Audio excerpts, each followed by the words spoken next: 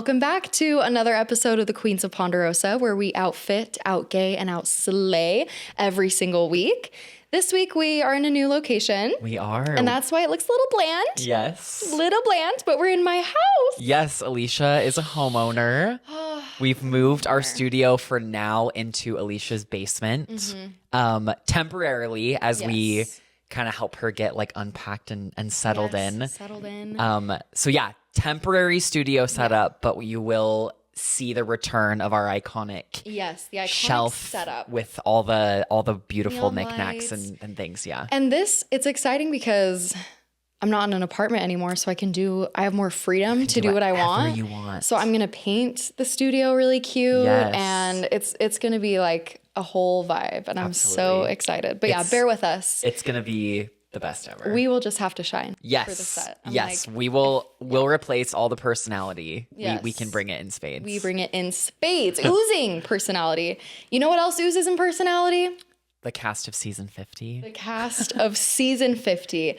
This tribe, I don't know if it oozes as much personality as the last one. Yeah, today we're on episode 2 of our pregame analysis for season 50. We're going to be talking about the Cila tribe. If you just know them based on colors, this is the orange tribe. So last time we did Vatu, they're in like the pink fuchsia. Yeah. Today we're doing Cila, they're in orange. And then on the next episode, we are going to do the remaining tribe, which is in green. Oh, what is their name again? Oh, we'll think of that later. Right now, the they're green tribe. The green tribe, yeah. They're like a greenish. It's fun that they're colors we've never seen. I have my reference sheet pulled up in front of me. I can type Kahlo. Kahlo, Like that's Frida, right. Like Frida Kahlo. Yes, like Frida. Perfect. We'll remember that. So this is a good tribe, though, because there are some iconic people. This tribe seems... You know what? They don't lack in personality. I was going to say, like, when looking on this tribe... They don't lack in personality at all. We're going to have a lot of interesting things occurring, I think, no matter what happens. I agree. Based on who's here. I also think there might be a showmance on this tribe. Did you get that vibe as well? I don't know. I don't know if I did. I wonder if there's maybe something you're picking up on that I'm not. You know, I'm a little bit emotionally numbed out because I started an anti-anxiety medication this week. So maybe you're picking up on stuff that I'm not, but we can definitely talk about it. Yeah, we'll talk about it when it comes up with that player. I'll bring it up. Or should I just say it right now? Ozzy and Savannah. You think? And she's in a relationship. Yeah. So I kind of take that back. But Ozzy, and maybe it'd be Ozzy and D, because Ozzy was obsessing over D in his interview. Do you not remember that? Yeah, I do remember. He was like, she is so gorgeous and she's so strong and good at challenges and strategic and she's Latina and she's so beautiful. Like, he literally kept going on, and he said that several times. I just don't know if I would see an actual showmance. Like, when's the last time that we saw like an actual real showmance? Matt and Franny. Oh, that's right. I guess that is new era. I was gonna say like we haven't seen any new era. Okay, I'll take that back. But like a lasting showmance, I don't know. Dee and Austin were like halfway there, but like didn't really get there. It was for the game. I think it definitely was. It was for the game for her. And I think we've talked about off camera though, that if we're on the topic of showmances, Dee also had a bit of a showmance when she was on the challenge with Johnny Bananas. Which is crazy. Johnny Bananas. Absolutely crazy.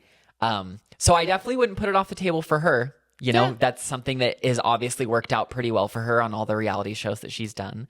That's true. Yeah, we'll have to kind of see how that She's not even out. on this tribe, so we'll talk about her later. We will get to Dee. Do not worry. Yes. Let's start with Jenna. Should we start with Jenna? Yes, I think she's like the first ever. Absolutely. So let me find my notes on Jenna. Go ahead. I think Jenna Lewis, now it's Jenna Lewis-Dougherty, I think is her full name now. Something I believe like she's has an abbreviation.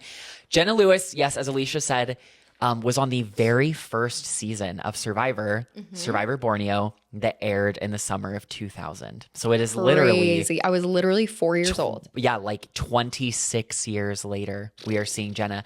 Jenna also competed on the first season of All Stars, which was season 8. So I believe on Borneo, she got 8th place. And then on All Stars, she got 3rd.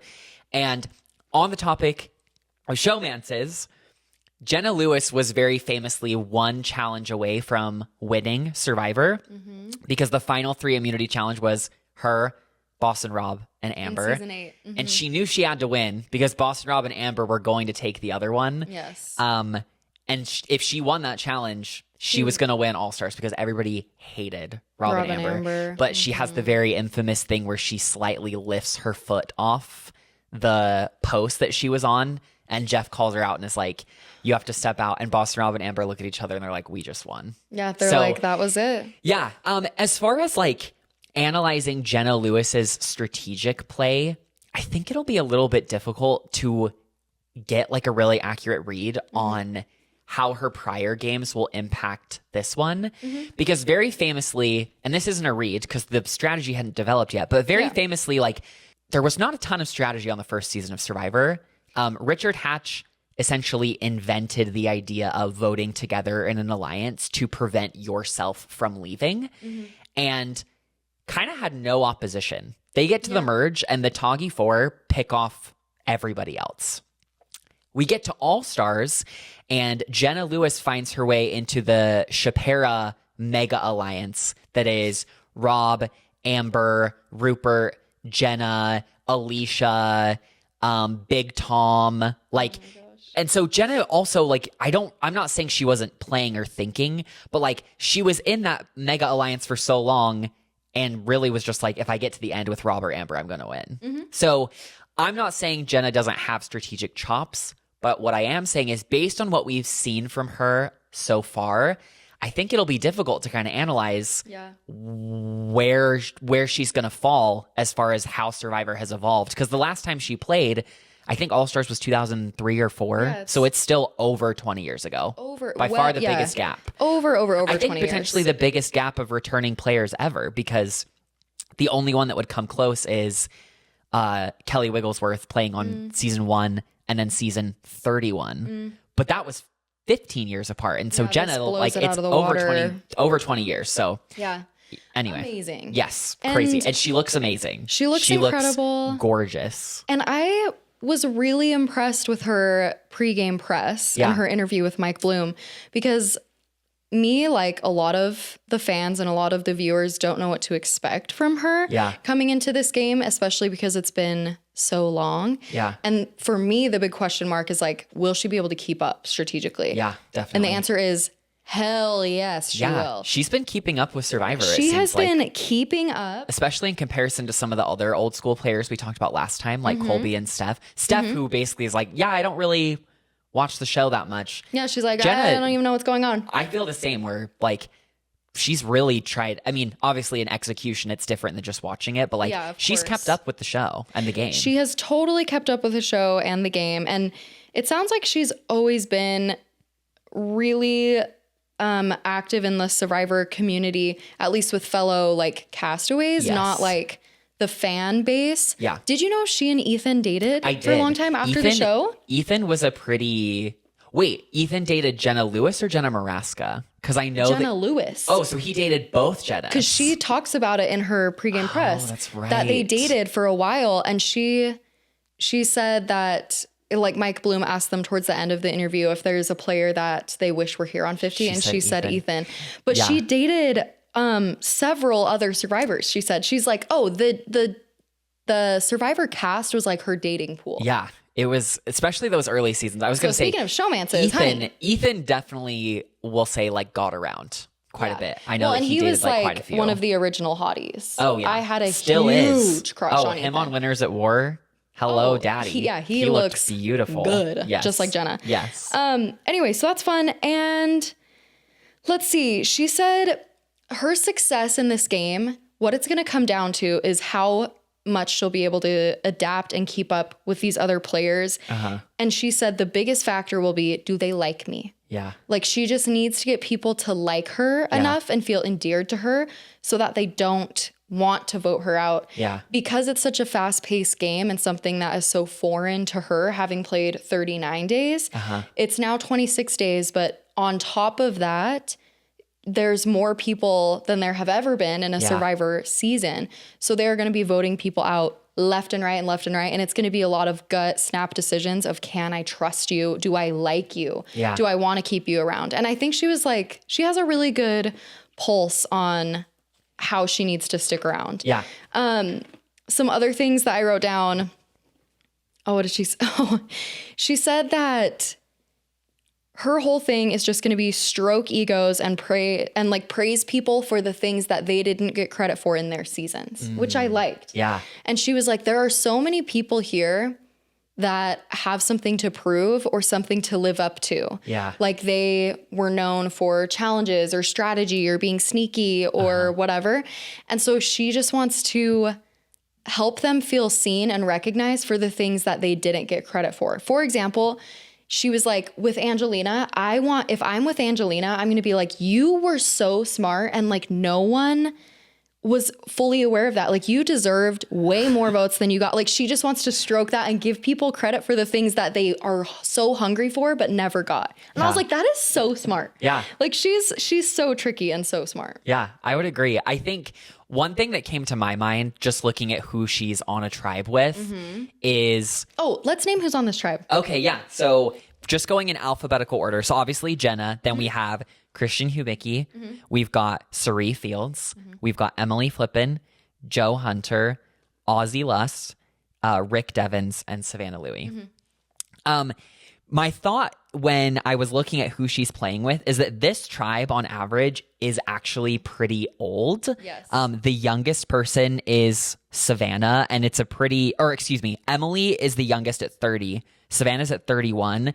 Then basically everybody else is 40 and up. I guess Christian's 39, but almost there. Yeah. So that to me initially seems like a good sign for Jenna being able to connect with people, because we always see in Survivor, whether it's old Survivor, new era, that there's usually like one person that's a bit older. It's pretty easy for them to get left out of conversations, to struggle connecting with their tribe mates that are younger than them.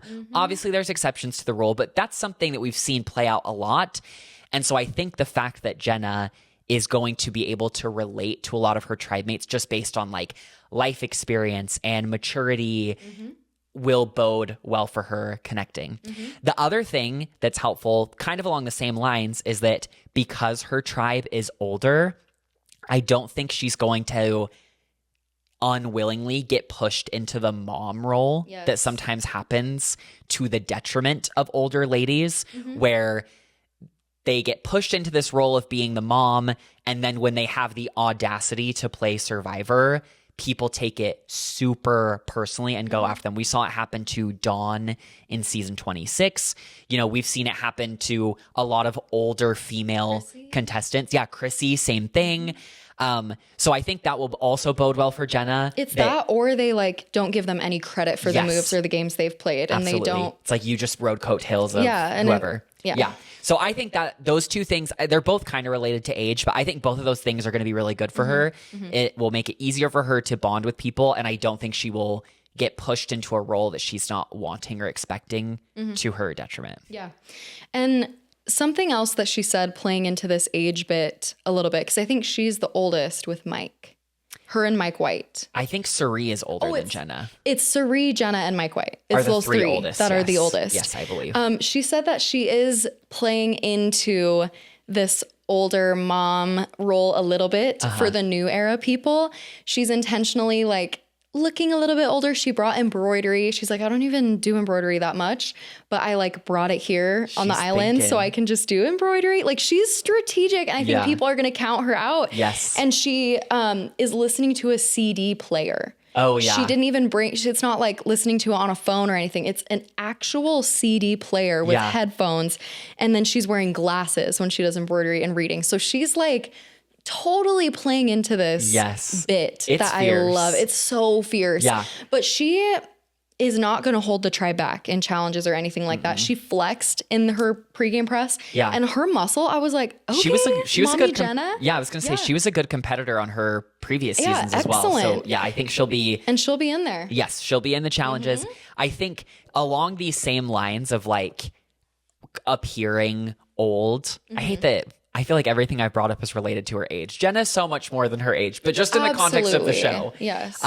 I think another thing that will also help her is the fact that it's just been so long since she played will lead people to underestimate her and 100%. Count her out. I think like the most obvious reference we have here is Winners at War, where it was just like a bloodbath of the older winners getting taken out by the more recent ones. And I think that the vibes, I wouldn't be surprised if that is on the players' minds coming into it is like, oh, are the new players just going to dominate and take us all out? So I think the fact that Jenna is really leaning into the like, oh, like I'm this sweet old lady that's here representing the first season. I haven't played in so long. I think if she, she obviously has to be careful because she doesn't want it to become reality because perception very famously in Survivor can become reality. If you're perceived as out of the loop, then you are. But I think the fact that it's been so long since she played, she can really use that to her advantage of like, nobody would expect me to be with the pulse of the game. Yeah, I agree. And I think it's going to go really well for her. I could see her going pretty far in this game. Oh, I would not be mad at a Jenna win. Oh, I think it would be fierce. Stoked on a Jenna win. Stoked. Let's get into the friend or foe game and who's on her tribe. Let's do it. So one of the first people that comes up in her tribe, because they go in chronological order of seasons, is Cirie. Yeah. And she does not trust Cirie whatsoever, which is good. Yeah. I feel like she and Cirie also fill a similar like archetype to a lot of players where they're like the mom and they're social. Cirie is just so much more threatening off the rip to everyone. And no one's going to clock Jenna as just like another Cirie, honestly. Yeah. Like she kind of is. She's very likable, very social, very warm. The thing about Jenna is in this friend or foe game, not a single player listed Jenna as a foe. Yeah. Everyone listed her as a friend. Yes. Which is such a huge benefit. So Cirie is on the foe list. Yeah.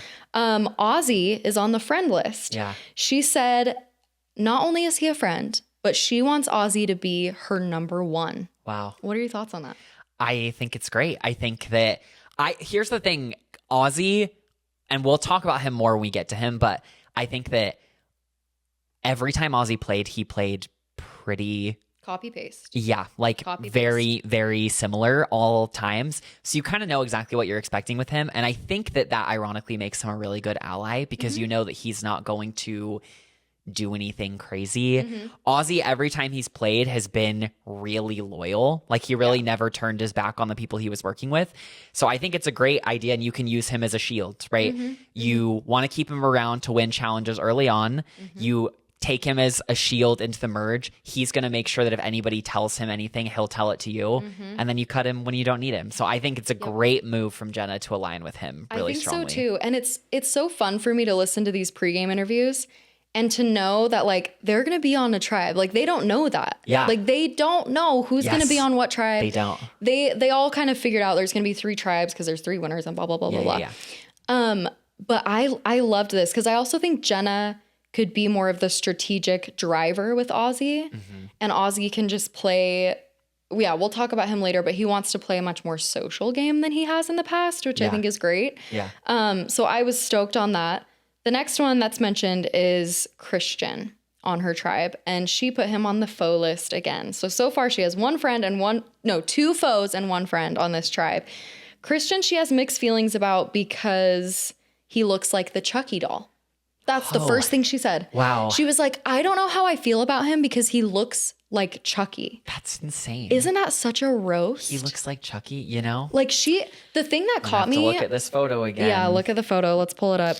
The thing that caught me a little bit off guard is how actually ruthless she was in her interview. Oh, yeah. Like did not hold back. I'm so excited to watch her. She's going to play so friendly and warm and be so like cutthroat behind the scenes. I was going to say, I remember from All Stars, there were a couple confessionals where I was like, Jenna She's spicy. Yes, she does not hold back on how people feel. No. Yeah. So Chucky, and then she also said, like, I see it a little bit. It's a bit of a blurry photo. But I can kind of see it. I feel like I need to see a picture of Chucky. I could see it a little bit. Oh, okay. The other thing that she said, though, is that he moves like the centipede from James and the Giant Peach. Wow. She said he walks and moves like that. Isn't that such a read? Insane reference. Have you seen this movie? That movie gave me nightmares as a child. Nightmares. Oh, yeah. And so I'm like, how could she be saying this about one of my favorite players of all time? Like, I am such a ride or die for Christian. Let me see this. Like, I feel bad because I'm like, you know. Oh no, he kind of does. He kind of does a little bit. It's the eyes. And his haircut specifically in this cast photo. It's like, yeah, okay. I'll insert a picture here so you can look at it. That's so funny. But yeah, then he moves like the centipede. Like, I'm gonna have to look that up again to remember how the freaking centipede moves around. But she's like, he just creeps me out. Jenna, what? Yeah. Well, Jenna, huh? Yeah. Huh? Anyway, poor Christian. They won't have a moment. Yeah. Rick Devens is on the foe list as well. So she's listed 3 foes and 1 friend. Devens annoys her because he just wants to be liked. Same. Like, yeah, me too. Same to both. He both annoys me and I also want to be liked. Yeah. So like, I'm right there with him. It's same. He's annoying. He's annoying because he wants to be liked. I also want to be liked. True. Yeah. But it just like oozes a little bit more from him. Mm-hmm. I think, I can't remember who mentions this in their pregame press, but like he was so obviously looking at family pictures in front of everyone and just being, and they're like, dude, we all have families. Like, get over yourself. Yeah. He's so annoying to me. Yeah. She adds another friend to this list, and it's Emily. Jenna and Emily, I want them to be friends. Yeah. I want them to be friends. Fierce duo. Absolutely fierce duo.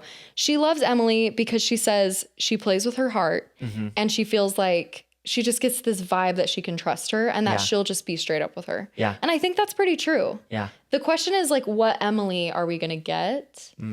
I kind of want the Emily that first hit the beach, or I guess the boat. Yeah.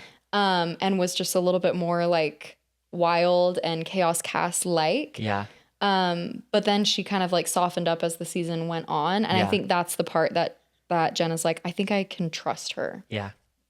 So I don't know. Do you think Emily's going to be a trustworthy player? Yeah. I mean, obviously she needs to be. Obviously we don't know, but you know, she played again, very loyal her first time, was very loyal to Caleb until it was going to sink her game. And I don't think he took that personally. Yeah. And then was very loyal to Drew and Austin and was probably going to go deep into 45 if she didn't get idled out, which we'll talk about later. So yeah, I think working with Emily's a good choice for Jenna. It is a good choice for Jenna. And she brings this up after they talk about Kyle. And she's like, I want people to think and know that they can beat me. Like, I want them to think that they can beat me and just bring me to the end. And I need to be an integral part of people's plans. Not necessarily making plans, but I need to be a big part of their plans. And for them to be like, yeah, I can trust her. I can feed her this info and bring her to the end. And she's just going to be like, please give it to me on a platter. And then I'll throw it like pie in your face. Yeah. So I was like, okay, this is good. Joe is on this tribe. Yes. And she puts Joe on the friend list. Okay. Because they're both Sacramento Kings fans. Okay. Yeah, they are both from California. Both from California. She wants to use the noble ally, whatever bit because she does want an ally. Even though she hates the honesty thing. Oh, yeah. Like, she hates it. She's not about it. But she's like, I still want Joe in my inner circle. And I think Joe would really like her. Like, she's a mom. She's like, he has kids and he's a dad. And I feel like they could vibe. Yeah. Let's see here. The 49ers. I love that he just calls them the 49ers, by the way, Mike Bloom. It was so funny because unfortunately Rizzo is not on this tribe. But for some reason, she wants Rizzo so bad with her because she's like, I just want to play mommy. Like, I just want to play people's mommy and they can feel safe with me and I can just be their mom. And then I'm going to like rip their hearts out and eat them in front of them. Like, she's just so brutal. So she won't get to work with Rizzo, but she puts Savannah on the friend list as well as a winner. And she said that she loves Savannah. She has this cunning energy about her. Yeah. That's just so like ruthless and it draws you in. It makes you want to be a part of her battle and like on her warrior side. So she's like, I definitely want to work with Savannah. Yeah. So she has some really good options. She has great options on this tribe. I think she has people that are going to be looking out for her and they're going to want her in their army moving on. I think she just needs to make herself like relevant and important enough that people like want to keep her and she's not just a loose number to like cut at some point. You know what I'm saying? Definitely. So we'll see. We'll see if her and Ozzy can do this together as her number one. I think it's an interesting pick in a number one. For sure. So it's like, what's she going to do? I don't know. I don't know. Who should we talk about next? We can go in your order or we can just go alphabetical. Who's next on your... We'll go in my order so I don't have to flip through pages. Yeah, Let me find them. Okay, it's right here. Cirie. Wonderful. You're a fave. Yes. Let's talk about Cirie. What can we really say about Cirie Fields that hasn't been said? So the thing that Jeff loves to say, Cirie is the woman that got up off the couch to play Survivor. And by God, she played Survivor. Cirie, this is her 5th time playing. She played on season 12, Panama, season 16, Fans versus Favorites, season 20, Heroes versus Villains, season 34, Game Changers. She's now playing on 50, and outside of US Survivor, she won the first season of the US Traitors. She, I believe, ended up getting 5th or 6th place on Big Brother 25. I want to say it was 5th. She made it pretty deep. Yeah. I want to say it was 5th. And then I still don't think you've watched this season yet. I haven't, but you can spoil it. No, that's okay. No, I won't spoil it. She also competed on Australian Survivor, Australia versus the World, alongside Parv and Tony representing the US. So of everybody on this cast, she has the most reality television experience by far, and it's not close. By far. She also has done very well for herself. She got 4th on season 12, 3rd on season 16. She got idled out really early in Heroes vs. Villains and ended up getting 16th. Woof. 6th place on Game Changers. And then, like I said, she won the Traitors and then did well on Big Brother as well. So Cirie is the queen of consistency. She makes it deep, with the exception of Heroes vs. Villains, every time she plays. And it is because Cirie, I genuinely think, even among people that have won Survivor, I think Cirie is unmatched in terms of both her social and strategic prowess. I don't think that there is any other US Survivor player that has both of those skills as strongly as she does. Obviously, yes, there are amazing players like Parv, like Tony, like Kim Sprouted, like Boston Rob. But when I just think about the strategic and social acumen that Cirie has displayed in so many different situations with so many kinds of players, Cirie has only played with an all newbie cast one time. Wow. Every other time she played US Survivor, it was either half or full All-Stars, and she still was dominating and doing so well. How does she do it? Tell me. Just, nobody has her ability to know when to make the move, who to get to make the move with you. You know, because the only times that I've ever seen Cirie get left out of the loop, there was one vote in Game Changers. I believe it's the vote. God, is it when they get Andrea out? No, I think Cirie. There's one vote. I just recently rewatched the season with Josh. There's one vote in Game Changers where she's like, oh my God. Yeah. I didn't see that coming. And beyond that, I'm like, I think that is the only time that Cirie has ever been left out of the loop. She knows how to make alliances. And I'll say, for the flack that she may get as being someone that people can't trust, Cirie also extremely loyal. She really is. Went deep with Aris and Danielle on Panama, all the way to the end with Parv and Amanda on Fans versus Favorites, was aligned really early on with certain people in Game Changers like Andrea, like Michaela, like Aubrey, and went pretty deep with them. Yeah. You know, on Big Brother and the Traitors. I mean, she was a traitor on the Traitors, but people trusted her so much that they didn't even suspect her to be a traitor. Which is crazy. She just has this undeniable charm. Yes. About her. Because I'm someone that's like, why is she on 50? That's just me. And it's not why and does she deserve a spot, because she is on the Mount Rushmore of Survivor. Oh, without a doubt. Best to never win. Yeah. And it's not close. It's uncontested. Yeah. She is the greatest to never win Survivor. Yes. And I love her. Yes. And Would I want to work with her in the game? Absolutely. Oh, yeah. But my question is like, do we need to see her again? Right?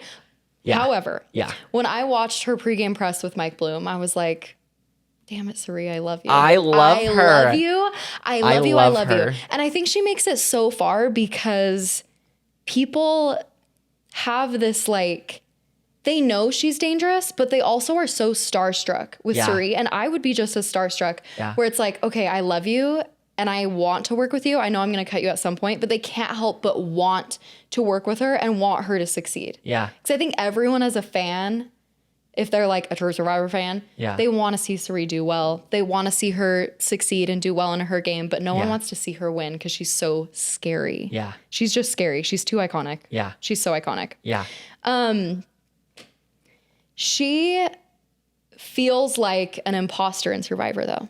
She mentions this in her pregame press, where she's like, everyone says I'm a GOAT, or people will say like, you're one of the greatest, like you're the greatest to ever win. You're like blah, blah, blah, blah, blah. And she feels like she doesn't deserve it because she's never won. And so she does feel like, am I though? Like I'm really not. And I think it's so funny that everyone really has this like deep insecurity and this need to prove something. Yeah. And Cirie wants the win. Yes. Like she's hungry for the win. I want it for her too. And I would love it. Like I would be so happy if Cirie won. And she's hungry. That's what she talks about. She's like, I'm hungry for this win, and everyone here like has something to prove, and I have just as much to prove, if not more. Because she's like, I'm an imposter if I don't win. Yeah. And to never win and to always be so close, like always the bridesmaid, never the bride. So hard. Yeah. She feels like what she can do to manage her threat level is put the winners ahead of her, like in front of her as a shield, and the challenge beasts. Because she's like, I'm not threatening. Good luck beating Jonathan. Yeah. Good luck beating Ozzy. Good luck beating Chrissy. Yeah. Dee. Yeah. You know, like all of these people that are such good winners. That is only going to last so long, though. Yeah. I don't know how long it will last for her. Probably like a little bit into the merge. Yeah. And then once they're all gone, it's going to be like, okay, girl, I hope you have some people you can trust. Yeah. I think that the thing that makes Cirie really interesting, I'm going to go on a little bit of a tangent. Please. The first thing to know about Cirie is that I don't want to say she got screwed every time, but what I'm going to say is Cirie has never been voted out normally. She went out in a fire-making challenge on her first season. Second season, it was the final 3 tribal, and Amanda just picked whether I'm voting out Cirie or Parv, and she smartly voted out Cirie because Cirie was going to win. That season was going to be a final 3, but with all the medevacs they had to make it a final 2. Yeah. And Cirie, that was out of her control. She gets idled out of Heroes versus Villains, was running the Heroes tribe, like uncontested. And then in Game Changers, very infamously, we had Advantage Get In, where everybody was safe except for her, and she left. That was so insane. So, Cirie, to me, couple thoughts with that context. Number one is that I think she has an uphill battle ahead of her because the way that modern Survivor, the new era has started, I guess, to pull away from the plethora of advantages that used to be present. But I still think that's a little bit of a blind spot of hers that I think she's definitely had time to reflect on now, that she needs to be thinking about, what do I do? And I'm not even necessarily saying she needs to go look for idols or anything, but what I'm saying is like, what do I do to plan around advantages that will definitely be present, number one, and 2, what can I do to guarantee my safety when I'm not winning challenges? So that's the first thing. The second thing is that she already had a reputation like going into Game Changers, but I think that Game Changers was interesting because between Heroes versus Villains and Game Changers was about 7 years. Wow. And so she hadn't played for a minute. Yeah. And I think that gave people time to slowly kind of downplay her again. Because when you watch Game Changers, like, it's kind of bizarre. Nobody really went after her. Even that tribal, when she went out at the final 6, she wasn't going home. Granted, I think with the way the final 6 was laid out, even if she doesn't go home that time, I still don't think Cirie wins 34, just because I think that trio of Sarah, Brad, and Troy's End was pretty unbreakable at that point. The difference now is that even though the gap between Heroes versus Villains and Game Changers is pretty similar to the gap between Game Changers and 50, Cirie has been staying busy in the reality TV arena. Yeah. We already talked about she won the Traders, did very well for herself on Big Brother, and I don't expect a ton of these players to have watched her on Big Brother, but Big Brother, through the live feeds, gave us like unfiltered access to Cirie in a way that we've never had before seeing how she talks to people, the way that she frames I wish I herself, watched it. her body, her facial expressions, masterful liar. Like, and then she just, again, I don't expect everybody on 50 to have watched this, but like she had just finished Australia versus the world. And like I said, I won't spoil it for you because I want you to experience it, but like, it's different now. I don't think that she will have the same kind of freedom to just come in and take over like she has in basically every other season that she's played. That was a long-winded way of me saying I think Cirie is going to have an uphill battle for sure. That doesn't mean that I don't think she'll do well, because who am I to bet against Cirie fucking Fields, who is one of the most consistent players ever. I just think that there are way more things to consider versus the last time she played. I think that's true. And something else that she's so incredible at that she touches on in this interview, and we see it play out in Big Brother and Traders, and I'm sure on Australia versus the world, and we will see it play out again this season. She's so good socially, because even if someone is throwing out her name, one thing she does so well is like uses it as a vehicle to bring them in as someone who can trust her and as like an alliance member, because she has a way of flipping it and being like, okay, you're saying my name, but people are saying your name too. So what if we just like work together and we'll look out for each other? And she just like builds this bond. Like I wish I could watch the live feeds from Big Brother to see how she did this, because everyone was afraid of her in Big Brother. Like they all knew. Well, and she, granted, the asterisk is that she was playing with her son. So she did have like a little bit of an unfair advantage. I think he was a bigger crutch. That's what I was going to say. He wrecked her. That's what I was going to say is that, yes, she did have the advantage of having her son there with her, but Jared with Peace and Love is such a horrible Big Brother player. How could someone so genius and so perfect and amazing like Cirie, as a gamer, create him? Yeah, he was an awful player. And so the fact that you can keep talking though. No, you're good. The fact that she did so well is what's crazy. She was absolutely undeniably running that house front to back for the first half of the game. And even after Jared went out and she lost a lot of her power, she still did really well. And I think had a good chance at winning if she would have made it to the end, because everybody loved her. Everyone loved her. So I agree. It's like you were saying, she's incredible. She has an uncanny ability to get people to work with her. Even, again, on Big Brother, there were only really two people that were aware of who Cirie really was, besides her son, Izzy and Corey. Izzy took the route of like, I'm obsessed with Cirie and I'm going to do anything to make sure that she wins, even to my own detriment. Corey was like, oh my God, this is Cirie Fields. She is terrifying. I'm scared to play with her. And then he did it anyway. He was like, and he played with her anyway. But I can't help it. Yeah. Like, she's like looking at a car crash and being like, I shouldn't look. Like I don't want to keep slowing traffic down, but you just have to be like, yeah, like I said at the very beginning, like amazing. I don't really know what else to say about Cirie. Like, words other can than only do so much. Yes, like I think if we're just ranking players, I wouldn't necessarily say Cirie has the highest threat level. I think there's probably a few other people that are higher on people's radars than her. Who would you put above her? Well, the thing is one of the things they did, it wasn't in the Mike Bloom interviews, but I believe it was like Entertainment Weekly. They put out an Instagram video asking everybody who they would vote out first if they could.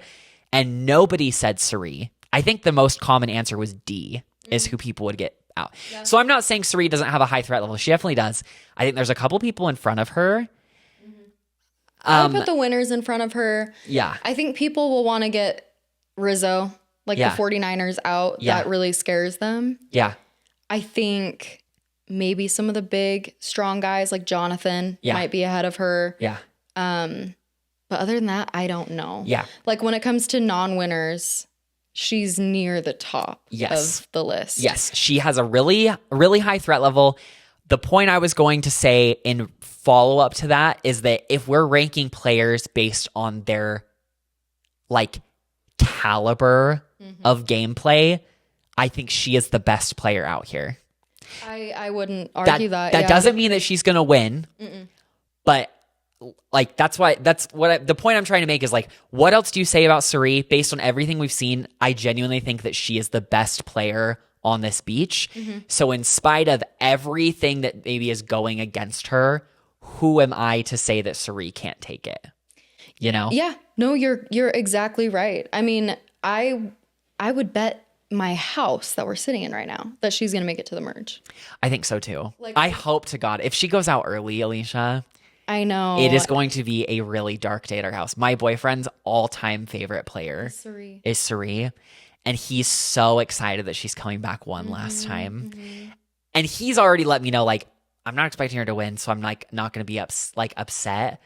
But I'm like, man, if she goes out like first or something, we will outrage. Oh, I'm going to be... We ride at dawn. I'm going to be sick. I'm going to be sad. She is the definition of a queen of Ponderosa. The queen of Ponderosa. I would be happy to crown her the queen of Ponderosa. Oh, yeah. Like the reigning queen of Ponderosa. And every time she was on the jury, she voted for the winner too. She's just, how does she do it, folks? Yeah. Like that literally she is not even human. Yeah. She's incredible. I love her. I adore her. And while she is on a lot of people's faux list, I do think that it'll quickly switch to friend just because of how much they love her, how trustworthy she actually is, and how safe she makes people feel. Yeah. So here's Cirie's read a little bit on her tribe. Yep. Colby is not on her tribe, but I did want to mention this. Because they've played together on Heroes vs. Villains, and Colby very infamously helped to idle her out. When Mike Bloom is like, all right, friend or foe, Colby, she said, if Colby were smart, we could be friends. But he's an idiot. I'm like, I love her so much. Listen, with peace and love, I don't think she's wrong. The queen has spoken. That's all I'll say. Oh, yeah. The queen has spoken. So the first player that is brought up in the friend or foe game that is actually on her tribe is Jenna, obviously. And she quickly put Jenna in the friend thing. Her biggest question was, what does Jenna think about me? And is Jenna going to want to target me? She's already thinking. And the answer is yes, because Jenna does not trust Cirie and will not trust Cirie. Yeah. But I think that might change. Who knows? Yeah.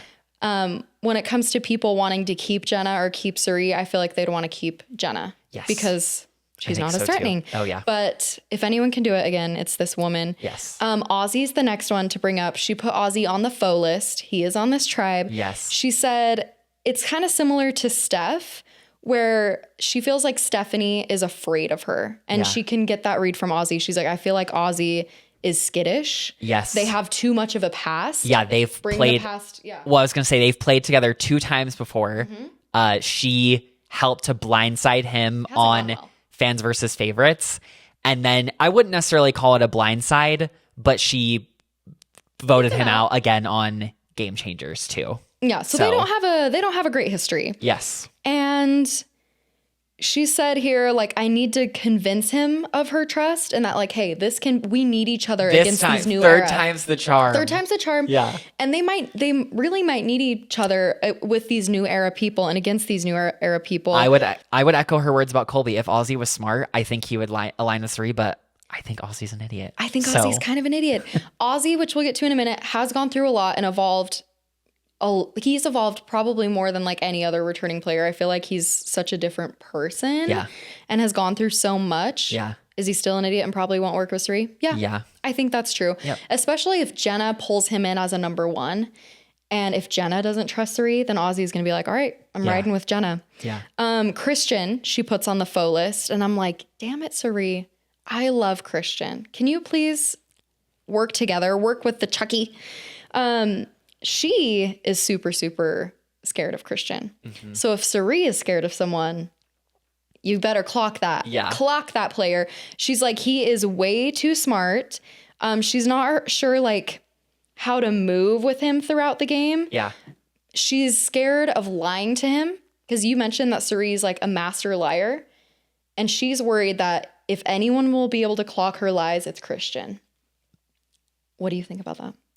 I think it's true. I think it's true as well. I think Christian's so good. We'll talk about it when we get to him, but something that he was really good at on his season was knowing when people were coming after him. So she was like, I'm nervous to work with him because I feel like he's going to be the one guy that can call me out. Yeah. Which is scary. Yeah. Next, your favorite, Rick Devens. She put on the friend list. And let's see. She said he like feels like her a little bit. She said he feels like kind of shifty, but she wants to like kick it with him and keep a close eye on him. Yeah. And since he is kind of a shifty player and she's good at making players feel calm and trusting her, she thinks that it'll be a good like bring in for him. Like, hey, I got you. You can trust me. Emily is the next player she brings up, and she loves Emily. Good. And I love this. Yeah. I love this. I feel like it's going to kind of be this battle against Jenna and Cirie of like who can pull the most numbers. Yeah. And I think Cirie can pull Emily. Yeah. I really, really do. She wants to be best friends. She was like, for some reason, when I look at Emily, she just makes me want to like fix her hair. I was like, oh, Cirie. She's like, I don't mean it that way where her hair needs fixing, but you just want to like take care of her. Yeah. And so she kind of brings out this motherly instinct that we all love in Cirie. Yeah. The next person she brings up is Joe.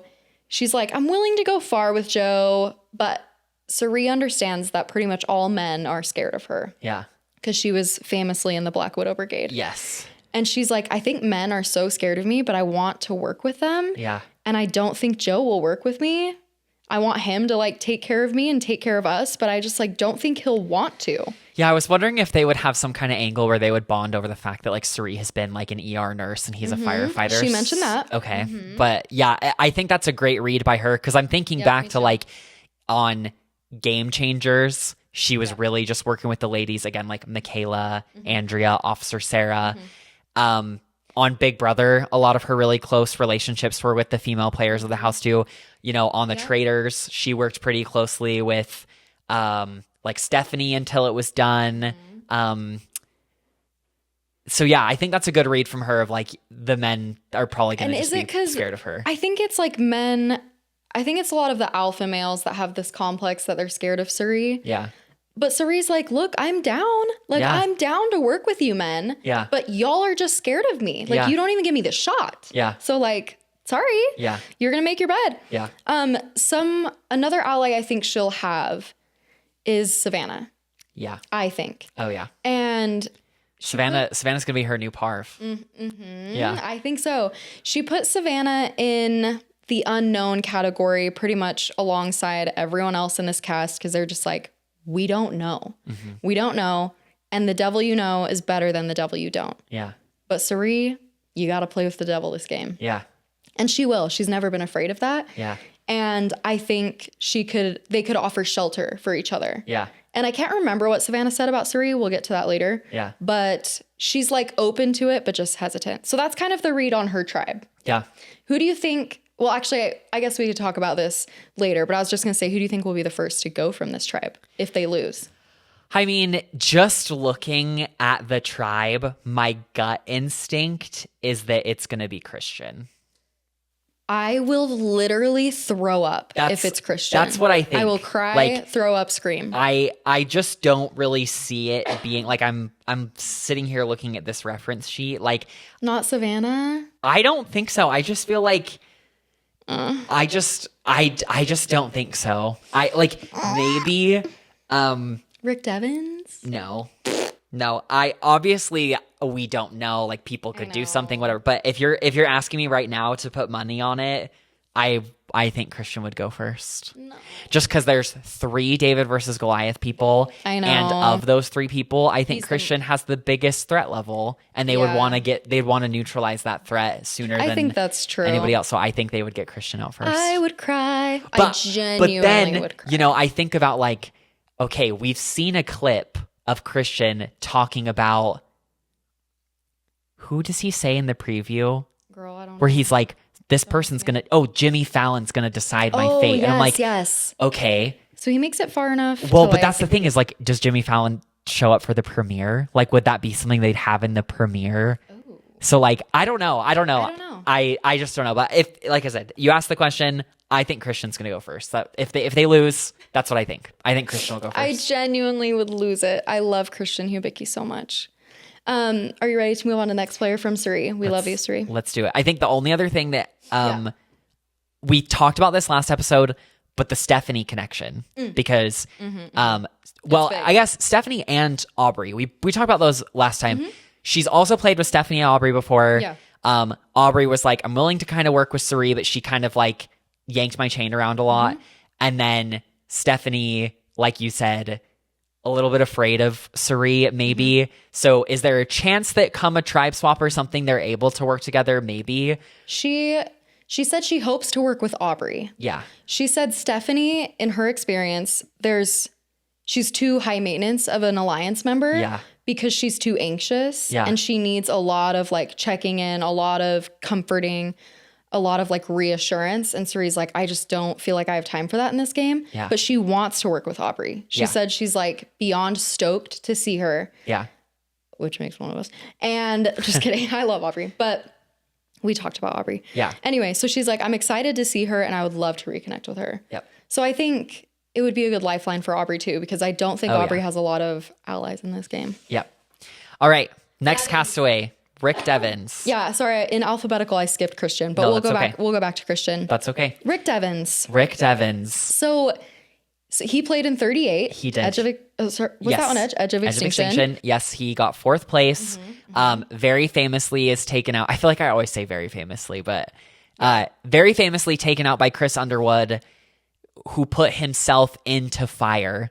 Yeah. To eliminate Rick Devens, because Rick Devens was going to win 38. If he would have made it to the final 3, he would have won, which is a little insane to me just because I fundamentally think that the Edge of Extinction twist is really flawed and silly. But I'll also acknowledge I've said things about Rick Devens. I think a lot of my frustration with him as a player is due to that twist, and I can't really fault him for playing the best game with the cards he was dealt. Yeah, that's what he had. But agreeing with what's been said about him, I do just kind of find him a little bit annoying.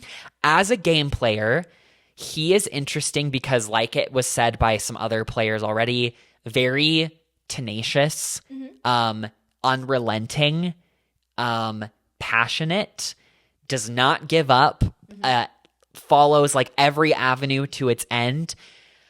However, as someone who has also rewatched Edge of Extinction fairly recently, I don't know how good of a player I think Rick Devens is, because on Edge of Extinction, he was left out of the vote pretty much every single time.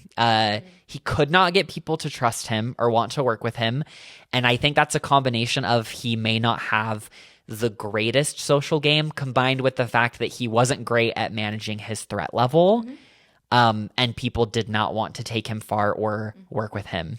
One thing he did so much, very famously, was found advantage after advantage after idol after idol. Like, yes. And I think he relied on that far too much in his game. And that's also what made people not trust him. They were like, what is he finding? What is he getting? Like, he's getting everything. He's finding everything. Like, we don't know what he has.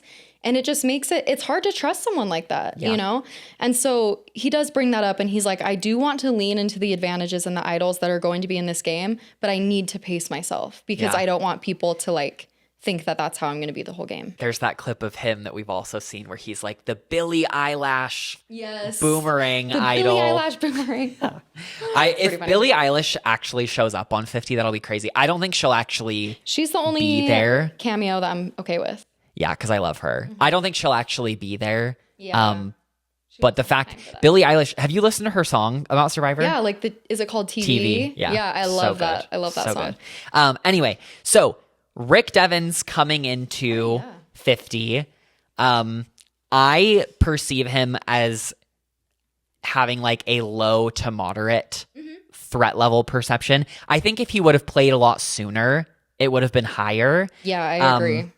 He's just become more irrelevant with time. Yeah, I think that I really don't think there's a ton of people that are going to be looking at him as super threatening when you look at who else is out there, which bodes well for him. It wouldn't surprise me, however, if he goes out early, just because, and this is just based on what we saw on 38, like, again, it seemed like he struggled to build not necessarily friendships, but relationships where people wanted to work with him. Yeah, he just can't like build a working relationship or like, a trusting relationship. The only person on Edge of Extinction that consistently worked with him was David Wright. And I love David beyond that, like he really could not get any numbers to coalesce around himself and was able to either win immunities or find immunities. Honestly, bring back David Wright. Listen, you want to talk about people that could have been on 50. The fact that David Wright kind of like wasted his second season on Edge of Extinction is really sad to me because I would have loved to see him out here. Yeah, it would be great. Been a good one. Yeah. So low to moderate threat level is what I'm perceiving for Rick Devens. He's obviously a fan favorite for some reason. So I think that... well, I think people love that underdog story of like someone who's always left on the outs. I totally understand. They don't know what's going that. on. Everyone wants to get them out. Most definitely. And he finds the idols and he finds the advantages and he squeaks through somehow. And then, like everyone loves cheering for that guy. Yes. Interestingly enough, he was an alternate for 50 for a while. He was an alternate for a long time on 50, so much to the fact that he didn't think he would actually be on 50. But here he is. Should have been Rob C. Should have been Rob C. Dang it. It really should have been. But that's okay. Yeah. Rob C., did you hear what he said about him not being on 50? Did you watch his podcast about it? Which time? Which one? You can just tell me. I can't remember which one it was, but I think he was talking to Mike Bloom about it. Okay. But he was like, I am really okay. Like he's come to terms with the fact that he's obviously not going to be on 50. They didn't want him to come on 50. And he's kind of grateful for it for a number of reasons. Number one, he has like this incredible fan base of RHAP. Rob has a podcast and his show, and he has so much credibility and so much that he's built, and he's worried if he were to go out and fumble so hard that it would like ruin his credibility in a way. So that was number one. Number two, if he were to be on the season, he wouldn't be able to record and commentate about the season to the extent that he would just as a host and as like a viewer. Yeah. And he would like have to take a back seat kind of in hosting RHAP for season 50 Survivor. Yeah. So I was like, oh, that's a really good point, you know? And then he also just said like he's happy and loves what he's built in the Survivor community, and he loves the position that he's in, and he would be scared to go out there and suck. Yeah. He's like, I'm glad that I wouldn't have to like go out there and deal with that fear of like... He wouldn't suck though. He would not suck. He wouldn't He suck. would not suck. He would have dominated. All. Oh yeah. I really think he would be in like top 7, top 6. Like he would have crushed. Absolutely. Okay. Rick Devens. Here's the lowdown for his tribe. Yep. Jenna, friend. Good vibes. Ozzy, friend. And he really wants to work with Ozzy. Cirie, foe. He said that she's too well connected and she's not giving him much on Ponderosa. But this is something, just a quick side note, that I know pretty much everyone has mentioned about Rick Devens, is that he's pre-gaming way too hard on Ponderosa. And he's like making crazy eyes at people and smiling too much and just being so extra. Like he's already outplaying himself of the game. Anyway, Joe, he put on the foe list because he's like a competitor in the immunity challenges And Rick Devens does not want to do the honesty and integrity thing. He like doesn't even want to play with it. So he's like, faux. Interesting. Christian, he put on the friend list because he wants to finally, work. Christian got a friend. I know, he got a friend. And Rick Devens said he wants to work with Christian more than anyone on the beach. Okay. So this is good for Christian. This bodes well for Christian and Devens. So we could have like a good duo there. Yeah. He put Emily on the friend list too. And he said, I'm kind of like skeptical of her at first, but her smile's like so warm and so welcoming that he wants to work with Emily. She's on everybody's friend list. Yeah, she's on most people's friend list. Let's see. And then Savannah, he put on the friend list because he really wants to have a fellow news reporter alliance. Okay. And she does as well. They'll definitely have a cute segment about that on the show, no matter what They'll happens. have such a cute segment. He said she looks tough as hell. I already know she's hardcore in the industry that she's in. Yeah. And I will put her as a friend foe, because he knows that he thinks that she's the winner. Yeah. And because she's so hardcore, but she's a news reporter and he like can't help it, yeah. you know? So I think that could be a good group if he gets like Christian, Emily, Savannah, and then Devens, and like you have that 4 and Cirie, maybe he could get over himself and have Cirie in there. I don't know. Yeah. But that's kind of his read on the tribe. Yeah. So we'll have to see how things play out for Rick Devens reporting live. I know, reporting live. Ready for the next person? Let's do it. We have Christian Hubicki. Christian Hubicki, the name that's been on everybody's lips. So we already kind of mentioned, but Christian Hubicki played on David vs. Goliath, got 7th place, really taken out just because he was such a massive threat at that point. We want to talk about people dodging bullets. Christian, the thing is that I think a little bit different is, like I was saying earlier, Christian had such an uncanny ability to know when people were coming for him, where he does get saved by Davey playing his idol on him. But then there were a couple of other votes after that where people were trying to get him, like Alec, like Carl, like Gabby. And Christian was able to get them out. He has hit that moment that's been memed a bunch where he's competing in the challenge with Alec and just talking for until 5 hours. Alec drops out. So all that to say, Christian, you wouldn't guess necessarily by looking at him, but he has challenge prowess. He has strategic prowess out the wazoo. He's so intelligent. And he had a killer social game. People wanted to work with him so bad. He had the Brochacho alliance during the tribe swap with Dan and John. He was working really closely with Gabby. The Mason-Dixon alliance with Nick. So, like, he was so well connected, and it really just got to the point where he was such an overwhelming threat that when he was vulnerable, everybody was like, we gotta get him. We've gotta do it. Yeah. So, as I was saying, I think that he's coming into this game really, really high threat level. Strangely, even though it's been quite a bit since he played, I don't think the threat level is dissipated, which shows you the impact that he had the first time that he played. He's also coming in with Angelina and Mike. I'm assuming that they have some kind of pregame alliance worked out. Doesn't necessarily mean it'll come to fruition if they're all there together, but like they would be dumb not to say they're going to work together. Yeah, he did put both of them on his faux list. He put both of them on his faux list. Yeah, he put Angelina on there hard. Wow. Like, she's definitely a faux. Mike, he was like, faux, but then he changed his mind. And he was like, I would work with Mike to a point. Then maybe I'll eat those words then. But it could change in the game. But it obviously could change, I guess. They're not on starting tribes together, though. So I guess in my mind, I just was like, why wouldn't you? If it's like the devil you know, right? If you've already played with Angelina and Mike before, wouldn't it make more sense? But I don't know. I don't know. Totally. So, you know, I think that he is... like I said, doesn't look like it, but he's a triple threat. And think that he's coming in, which we've already kind of seen based on what people have been saying about him, kind of a bit of an uphill battle so far. He is someone who is so perfect on all fronts for Survivor, because not only is he like the strategic threat, the social threat, he has this incredible ability to narrate the season. And to narrate the position and the tribes. And he's just like such a talker, such a storyteller. He's a professor.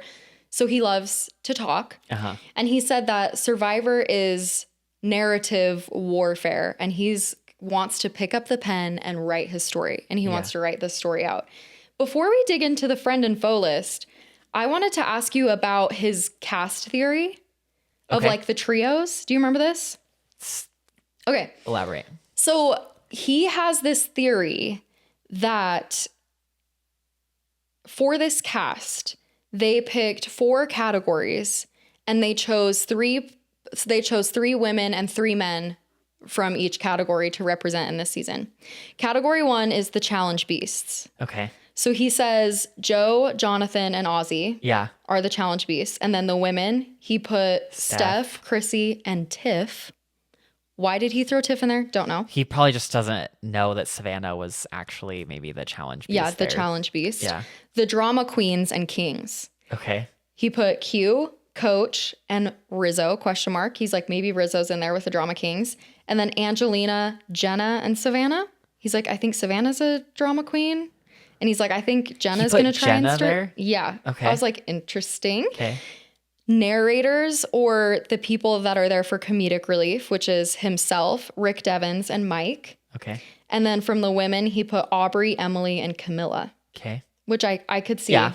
Yep. And then he thinks this last category is the category that is the most threatening. And it's the favorites to win. The most likely to win, the most normal people, the people that like have the best shot. They're not there to fill a gap of like, you need to be funny and you need to narrate and you need to be a challenge beast. It's like, this person could win. Yeah. And so then he put in there Charlie, Colby, and Kyle. Cirie. Colby. I know. But he said he put him in there because he's like normal. Like he's a normal person, whatever. Okay. And then Cirie, Dee, and Genevieve. So he said those are the people that he wants to knock out preseason if he can, because he thinks they're the favorites. And he's saying he feels like this was like a specific casting thing, or he put them into categories based on how he perceives them. He thinks that it's the framework they used for casting. Okay. That it's like, we're going to have these categories, and who should we pick to represent this? Okay.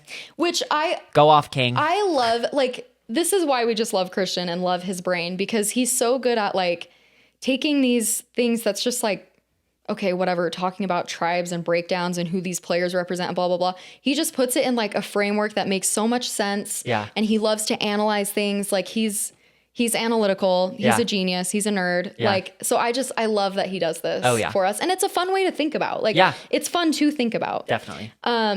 So anyway, I think he has the right read on himself, being in there as like comedic relief, like to narrate the season because he's a good narrator.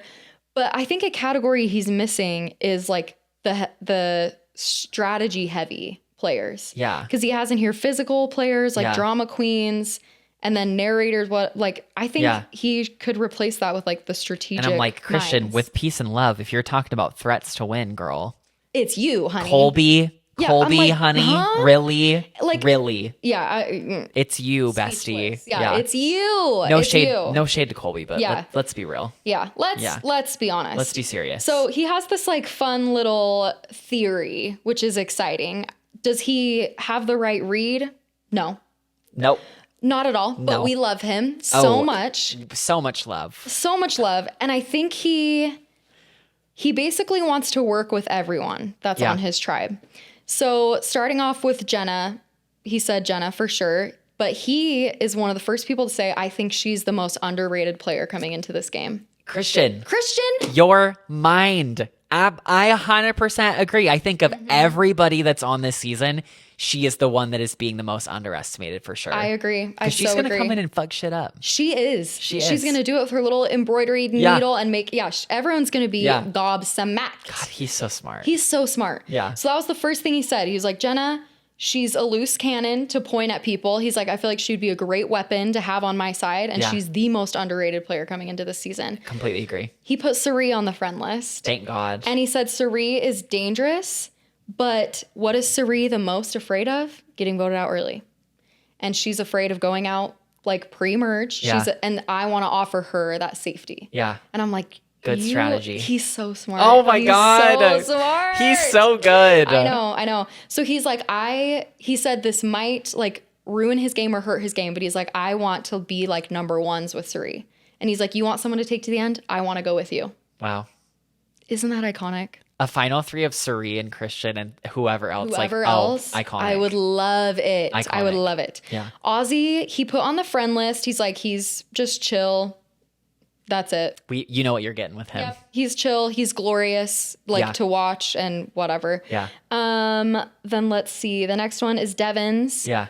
He said, Devens could be the Captain Kirk to my Spock. Yeah. I was like, oh, that's kind of cute. Absolutely. That's I totally see really that. cute. I think that would be a good one. Yeah. He thinks they would like get along really well and spitball and just be goofy. Emily, he put on the friend list. He said that she's an excellent liar. Is she? I don't remember that from her season. I don't remember her being like, wow, she's so good at lying to people. Well, I mean, I think she was too straight up. I mean, the instance I'm thinking of when it's 4 people left on Lulu and Sabaya is like, we're going to blindside Caleb. She goes to Caleb and is like, hey, we have to get her out. And she did not let Sabaya or Sean know That's that she true. did that. No, that's true. I forgot about that. Like, okay. So, she could be a good and with Bruce too, she basically convinces Bruce to not play his idol, which is how they like it's her, she's the one that does it. Yeah. And then they get Bruce out. So I think that's another good read from him. I think Emily, bad read for me. I think what made people underestimate her as a liar is because early on she was so blunt. Yeah. That people were like, oh, Emily's going to tell you exactly what she's thinking. Yeah. So good point. I think Christian has another really solid read there. Dang, he's so smart. Yeah. Then going to Joe. Joe, he said, friend. He has a minor connection to Eva in the outside world. Okay. Because they worked in the same lab. Wow. But it was at different times. Like they just missed each other. Yeah. But they have this connection. They literally worked in the same lab in the same building. Yeah. And so he's like, maybe I could use that as like an in. Yeah. You know, like, hey, I'm friends with your best friend. Or like, I have this weird connection to your best friend. I don't know. And then Savannah, where did he put Savannah? I didn't even write Savannah down. But he put Rizzo on the faux list. I'm assuming he would put Savannah on the faux list as well. But anyway, Christian is someone that I am beyond excited to see back because he's one of my favorites of all time. Yeah. I love the nerds. Yeah. I love the people that are underestimated.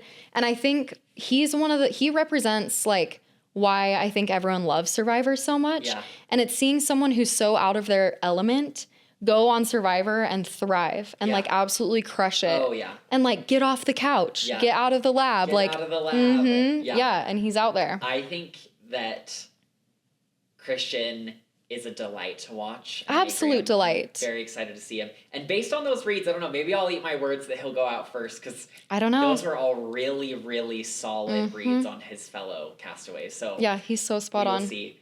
Who's Okay, next? next person is Emily. Hello. Hi. Hello. Sorry for the quick break. I had to pee and then our thing ran out of batteries, but it's good now. Yes, we are back. We were back on. Tell me why Emily is one of your favorites in the new era. Yes. So Emily, as we've alluded to a couple times already, she starts off on a bit of like a rocky path, but she has one of the best character arcs that we've seen in the new era because she really kind of comes into herself and grows more confident, makes really genuine connections with people. People really grow to love her. So she arrives on the first day of Survivor 45, bold, blunt, perceived as a little bit aggressive. There's that moment on the boat where so there's a returning player, Bruce, who was medevaced the previous season, and Jeff is asking Bruce, like, how do you feel? And he's like, oh, like, I'm just like you. I didn't really get to experience a lot. And then Emily is like, I kind of think that's a little bit of BS. Like, let's talk about the advantages he has going into this. And then she gets the perception of like, oh, loudmouth, hothead, rude, aggressive. So she has a lot of eyes on her at the beginning in a negative light, is probably going to go home first, but one of her tribe mates quits very infamously. See, I inverted it that one, not very famously. Infamously. She then forges a relationship with another player, Caleb, that protects her for the next vote.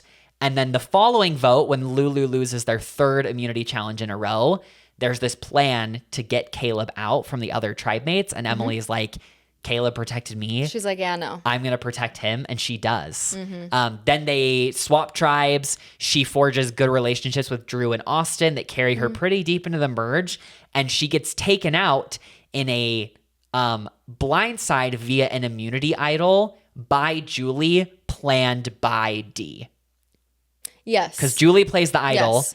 And Julie originally is like, what if I get Austin out? And D is like, don't do that. You need to get Emily out. Which Emily then says at Final Tribal, good move because D, I was coming for you next. So Emily, she goes through this really, really amazing arc where she is perceived one way coming into the game. And then through experiences of her own and talking with others, she grows into a very self-assured, calm, patient, threatening, likable player. Like, it's a beautiful character arc. I think a lot of people really related to her, myself included, of like, you know, being perceived one way and trying to figure out like, what does it mean to be myself, and not play fearfully, which she kind of talks about. Like, she came in playing a certain way and kind of had to learn to not play that way and lean into other things instead.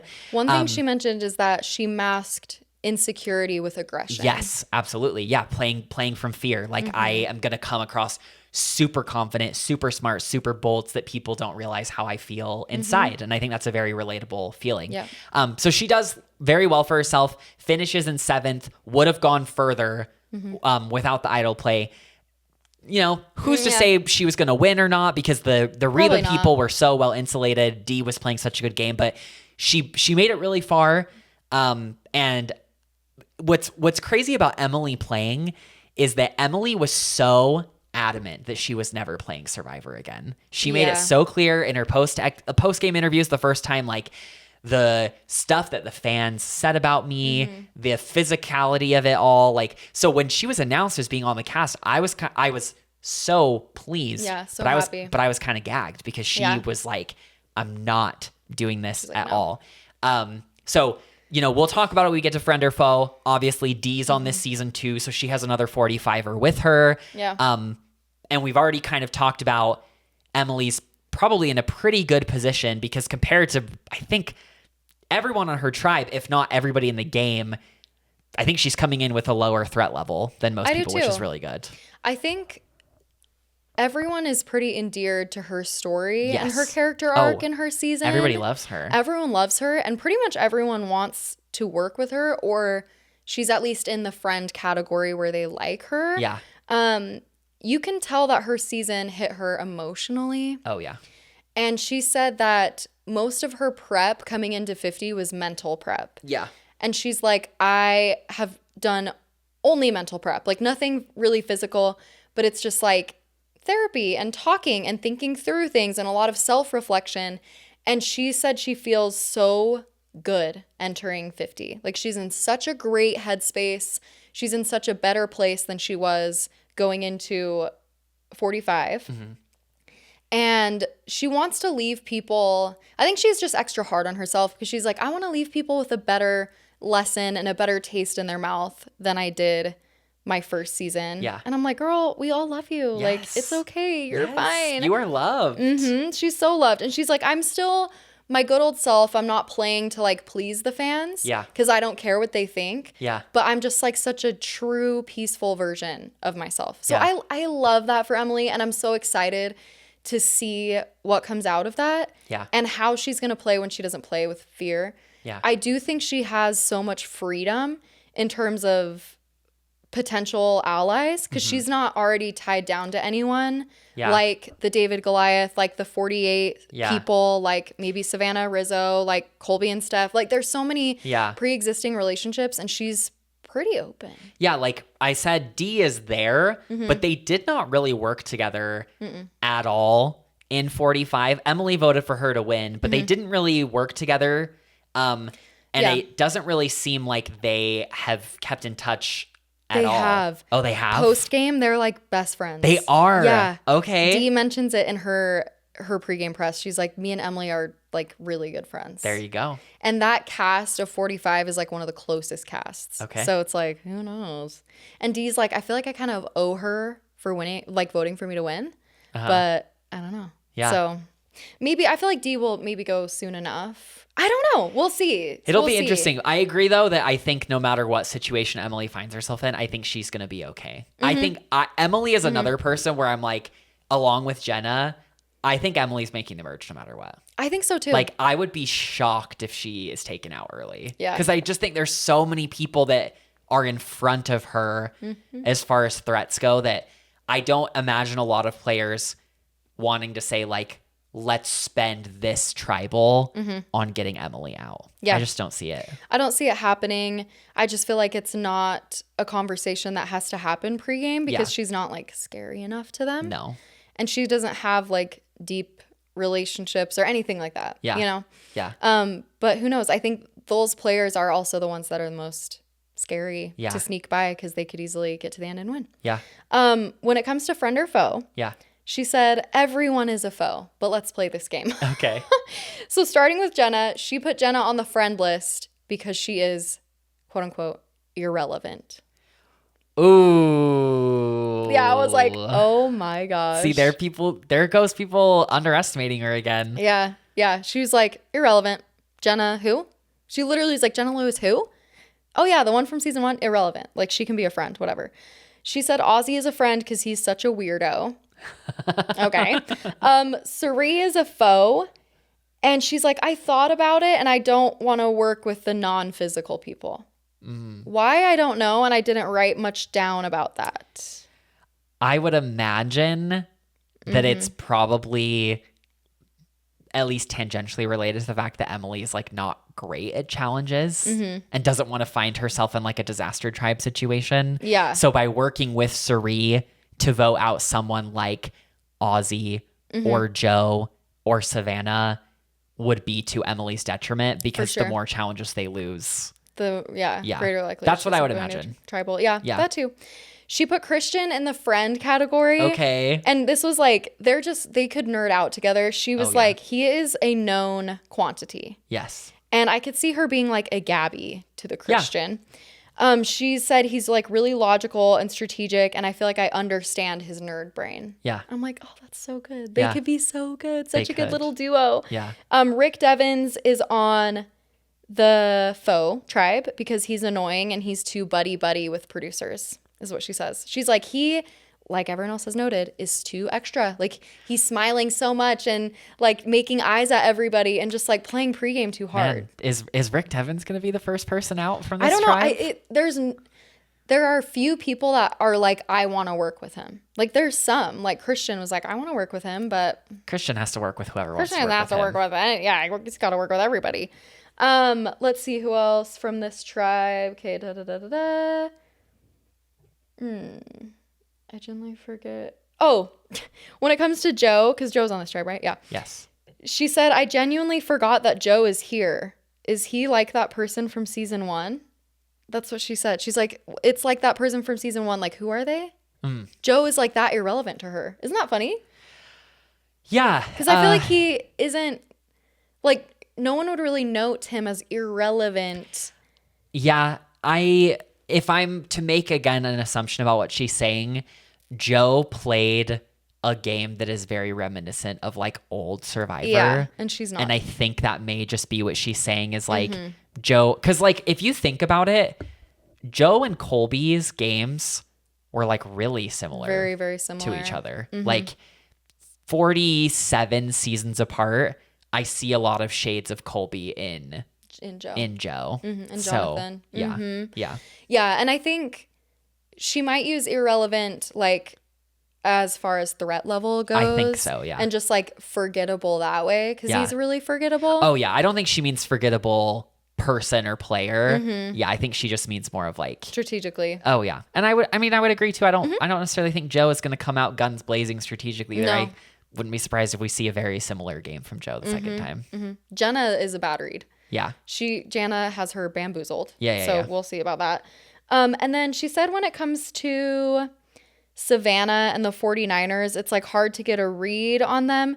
She thinks that they were either a duo that hated each other or they were like really tight with each other. Yeah. And she'll figure that out because they're going to be honest. Yeah. But she did say she wants to latch on to like big targets and just ride with them as far as she can. Yeah.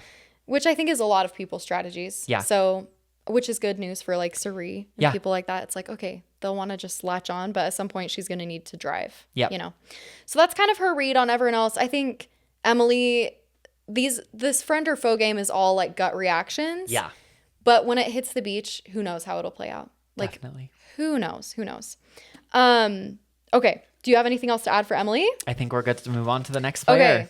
The next player is... Dun, dun, dun. We only haven't talked about Joe and Savannah. I think those are the only two. That was Jenna's notes. Okay, yeah. Joe. So Joe, irrelevant. Who's that? Yeah. Gorgeous. One of our 40, I guess number 2 of our 48 trio. Because we talked about Kyle last episode. Yep. Joe this time. So as we were just saying, Joe played a very honest, loyal, physical game. Won a ton of immunity challenges. I want to say he won 4. Was like 1 away from tying the record. Or did he end up tying it? He won a lot. I don't know. It was either he won 4 or tied the record at 5. Yeah. Obviously had the very, very powerful moment with his connection with Eva that captured a lot of interest both in and outside the game. Yeah.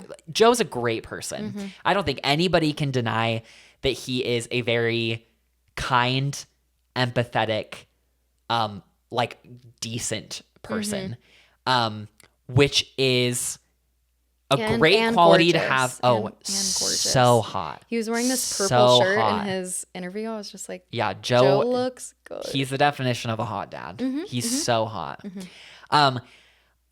In real life, all those qualities are awesome. It's not that I don't think they're awesome in Survivor, but I think it's what may prevent him from playing the kind of game that he needs to in order to actually win.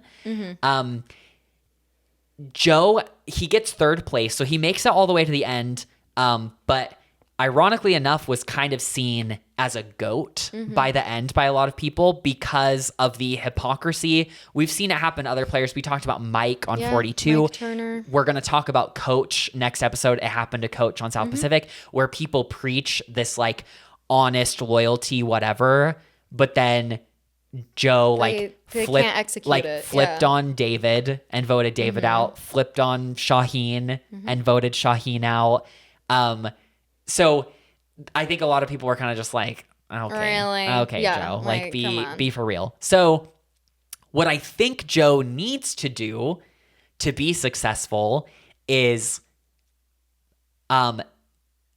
let that go of like, everybody already knows that you are a kind, good, empathetic, awesome person, awesome dad. No question. Like, free yourself of the bonds of feeling like you have to be perceived a certain way in the game, because we all know what kind of person you are outside of the game, and that's what matters. Survivor is not real life. You need to be willing to get out there and be strategically sound, deceive when it's necessary, lie when it's necessary. Do I think he will do that? I don't know. Yeah. Joe is another person that I see going far, kind of in agreement with Emily, because I just do not see him being perceived as a big threat early on. Yeah. Because like we've discussed with Colby or Ozzy, I think what you see is what you get with Joe. I think people kind of know his vibe, his tea, whatever. Yeah. So that's my take on him. It's a good take. And I think it's a really accurate take. One thing that I have thought when I saw Joe was coming back, I'm like, with a player like Joe, are we going to see a vastly different game? Probably not. No. Because he hasn't had enough time to process his own season. He said that they basically watched the finale of 48 and then went immediately into 49. And then it was time or into 50. It was time to start doing all that shit. Yeah. So he like just watched it and just barely processed what happened, and now he has to play again. Yeah. And it was eye-opening because he didn't get any votes, right? He got one. Oh, he got one. He got one. I can't remember who it was from, but the vote was 5-2 to 1. So 5 for Kyle, 2 for Eva, 1 for Joe. Yeah, I can't remember who his one vote was. I want to say... was it David? Was it David? Let me look I it don't up. think Let it me was. look it up. Okay. But continue. Okay. Anyway, but he did say, to your point, that he still wants to play like a loyal person because that's who he is. It was Cedric. Really? Yeah. Interesting. Okay. Cedric. And then Eva's were Mary and Star, and then everyone else. I love Star. Yeah. Mary was so iconic. Mary was fierce. Yeah. Yeah. Okay, so he said he still wants to play as a loyal person, but he doesn't want to like preach that game and like push that game onto everyone else. Yeah. And he's like, I'm going to play like that because that's who I am, but he's going to save that trustworthy, honorable, loyal game for his select few. He's not going to like push it onto everyone and be like, this is who I am. This is how I play. Yeah. He's like, I'm just going to reserve that for the few people that I trust and not like put that as like outward and force it upon everyone. Yeah. He did say something that was a really good read. He said, in watching Final Tribal, he realized in answering questions from the jury that when they ask a question, he needs to ask himself, why are they asking that? Like, what hole is this answer going to fill for them? Instead of just like answering the question like straight up as it is, like he needs to ask that deeper question of why do they need to know this? Why are they asking this? Yeah. And I was like, that's a really good read, Joe. Good on you, mate. Yeah. Okay, yeah. He said he wants to play He wants to push the target onto Camilla and Kyle and other big threats like Jonathan, Colby, Ozzy, Cirie. Yeah. So I'm like, okay, that's good. He'll be able to hide a little bit. But I just don't think he has the strategic like prowess in this game to clutch a win. Yeah. I could see him going very, very far and sitting in the final three again, maybe. I was going to say I could see a repeat Final Tribal appearance from Joe. Like, I wonder if he could go to the end with Cirie and Cirie would crush his dreams. Yeah. Like, I could see that happening. Yeah. I don't know. When it comes to friend or foe, Jenna, again, a friend. She's everyone's friend. Yeah. He likes the old school mindset. So he's like, I like the old school players. 100%. He whatever. will. I was going to say, I would not be surprised if there's some combination of a like Colby, Steph, Ozzy, Jonathan, Joe, Jenna, like whatever of those players are left at the merge. I would not be surprised if they link up together. Yeah. And that it's a lot of numbers. Yeah. And I don't want it to totally be like winners at war where like the new era just annihilates the old. I don't know. But the old school has some like force behind it because there are some new era players that want to play like old school, like Jonathan, like Joe. Yeah. Savannah and Rizzo kind of want to play with the old school because they think everyone in new era will be against them. Yeah. I don't know. He put Cirie on the friend list. Good. Because he said you cannot deny her influence and her connections and the presence she has in Survivor. Like being a 5-time player and the mama bear woman, he's like, Cirie's a friend. Yeah. Like through and through. Yeah. This is something that I didn't like about this game, that the loyal guys like all took the same approach where they put basically everyone on the friend list. Yeah. So I'm like, okay, shut up. Like, no, they're not, but whatever. He put Ozzy as a friend because he's like chill and he's a beast and he's a vet. Who else is on this tribe? Christian, because he's like super brilliant, super smart. Devens, because he's a strategist, is a friend. Savannah, Camilla, Kyle, and Q are the only ones that made it on the foe list for Joe. He put Kyle and Camilla on there. His He did. 48 people. He put Kyle and Camilla, and he said Kyle and Camilla have to be on the foe list because this is what they did to me. Kyle pantsed me, and then Camilla pushed me over on national television. That's how he feels. Yeah. And I was like, that's a good analogy. Yeah, that's kind of what happened. Yeah. He's like, Kyle just pulled my pants down, and Camilla tabletopped me. Yeah. That's how I feel. So they're on the foe list. I was like, okay, that's good. Yeah. He's like, Kyle's a friend-ish because he did look out for me, and Camilla was gunning for Joe a lot. But Kyle, But then Camilla, which we'll get to in the next episode, she kind of has a different story. She's like, of like I wasn't. We were working really closely together. So yeah. So who knows? Yeah. But that's basically Joe. Yeah. Will we expect anything different from Joe? I don't know. Are we happy he's here? Yeah, sure. Like, whatever. Happy. He's a good guy. Great guy. Yeah. He's handsome. So hot. Eye candy. So hot. Call me. Call me, Joe. Call us. Yeah. Please. Glad you're here. Yeah. Maybe. And that's about it Yep. for Joe. Ozzy. Yes. And then let's see, how many do we have? I think it's just Ozzy and Savannah are left. Yeah, Ozzy and Savannah. That's it. Yep. So Ozzy, bring us back to the history. He's also a 5-time player. Yes. So we've talked a lot about Ozzy already, so I'll try and keep this brief.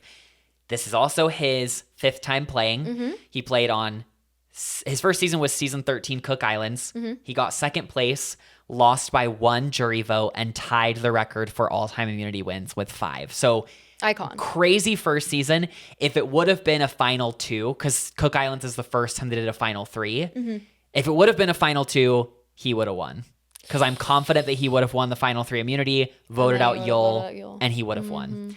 So he lost by 1 vote. But we love Yul. So. He comes back. Yes, we love Yul Kwon. He comes back for fans versus favorites, makes it to the merge, has a hidden immunity idol in his pocket, and then he's really the first victim of the Black Widow Brigade. Parv and Cirie blindside him. And something that I don't know if you and I have talked about, but Parv claims that Amanda was in on that too. Interesting. She says that Parv and Amanda off camera planned that. Like they would tell the producers that they were going to the bathroom. They would run away and talk, and their approach was to have like a good cop, bad cop sort of thing. And Amanda would play the good cop, Parv would play the bad cop, so then they could control the whole tribe. So allegedly, and Amanda Kimmel hasn't commented on this, so we don't know if it's true, but allegedly Amanda was in on that too. So all the acting that she does afterwards, it's all acting. Amazing. Which is an interesting little tidbit. So anyway, Ozzy gets blindsided. He then comes back for his 3rd season, which is season 23, Survivor South Pacific. He gets 4th place and again is so close to winning. If he wins that final immunity challenge, he was going to win the game. He gets sent to Redemption Island right before the merge, wins his way back in, gets sent back to Redemption Island and kicks everybody else out, gets back in again. And then Sophie B, or excuse me, I'm so used to saying Sophie B. I know. Sophie Clark wins the final immunity and takes Ozzy out. Yeah. He comes back for Game Changers and with Peace and Love is a pretty irrelevant presence on Game Changers. Doesn't really do anything of note and gets voted out in 12th. So it's his worst finish by far. And then we have a really, really long gap and now he's here on 50. So stuff we know about Ozzy, as we've said before, extremely strong physical player. Probably obviously he's a bit older now, but man, did anybody come close to the prowess that Ozzy had with swimming, running, climbing, just so strong overall. He's so agile. Yes. Because that's what, it's not just that he's strong. He's just agile, athletic. So fast. He can balance. He can, he does everything. Can hold his own in a puzzle, because on Redemption Island, right, he had to do some puzzles. Obviously, he loses the last puzzle challenge to Sophie Clark, but he has a reputation as being a provider. I don't really think that's relevant in this point, but feeds his tribe, which I think also contributes to them doing really well pre-merge. Social and strategic acumen, I would say Ozzy's social game is adequate because he usually always has a group of people around him that's willing to work with him, right? In Cook Islands, he was running his original tribe. He's then kind of forced into an alliance with I2 after Candace and Jonathan mutiny. In Micronesia, he has that 5-person alliance with Parv, Amanda, James, Cirie. Adequate. On South Pacific, he's running his Savannah tribe. And then, like I said, Game Changers was a bit of a flop. So I think he has an adequate enough social game where he's able to make connections with people. But I think what really he lacks, which I'm sure is what you're going to get to, is those relationships don't turn into either strategic moves or decisions, or these relationships are strong enough that these people are going to protect me. People seemingly always use Ozzy as a number and then take him out. Yep. That's it. So, I was going to say the same thing, is that he's always a number. Yes. He's like, he ends up in these groups that want him, because who doesn't want someone that can help them win, who's going to look out for them, is a number. Yeah. But I think he lacks the vision for like timing on when to turn on his allies, because he's someone that just will count on them taking him to the end, or just him taking them to the end and trusting them. But he's just very disconnected from what's going on strategically. And I don't think he like puts himself actively in those conversations, like in the strategy conversations at camp or whatever, because he's like out providing or fishing or doing whatever Ozzy does and climbing trees. Like, but coming into this game, he wants to play a very, very different game. Yeah. And I think he needs to. I think he needs to. And I think he knows that. Yeah. He said he's gone from jungle boy to jungle man. He's almost grown up. Yeah. Like, he still looks pretty young, but he looks grown up. Yeah. He looks pretty grown up. It's been almost a decade, and he's had changes in his career. He moved to Mexico, opened a restaurant. He changes in his being open about his sexuality. I was going to say he has posted a lot of pornography. Oh. Very active OnlyFans user. What? So, yeah. Oh, yeah. Oh, yeah.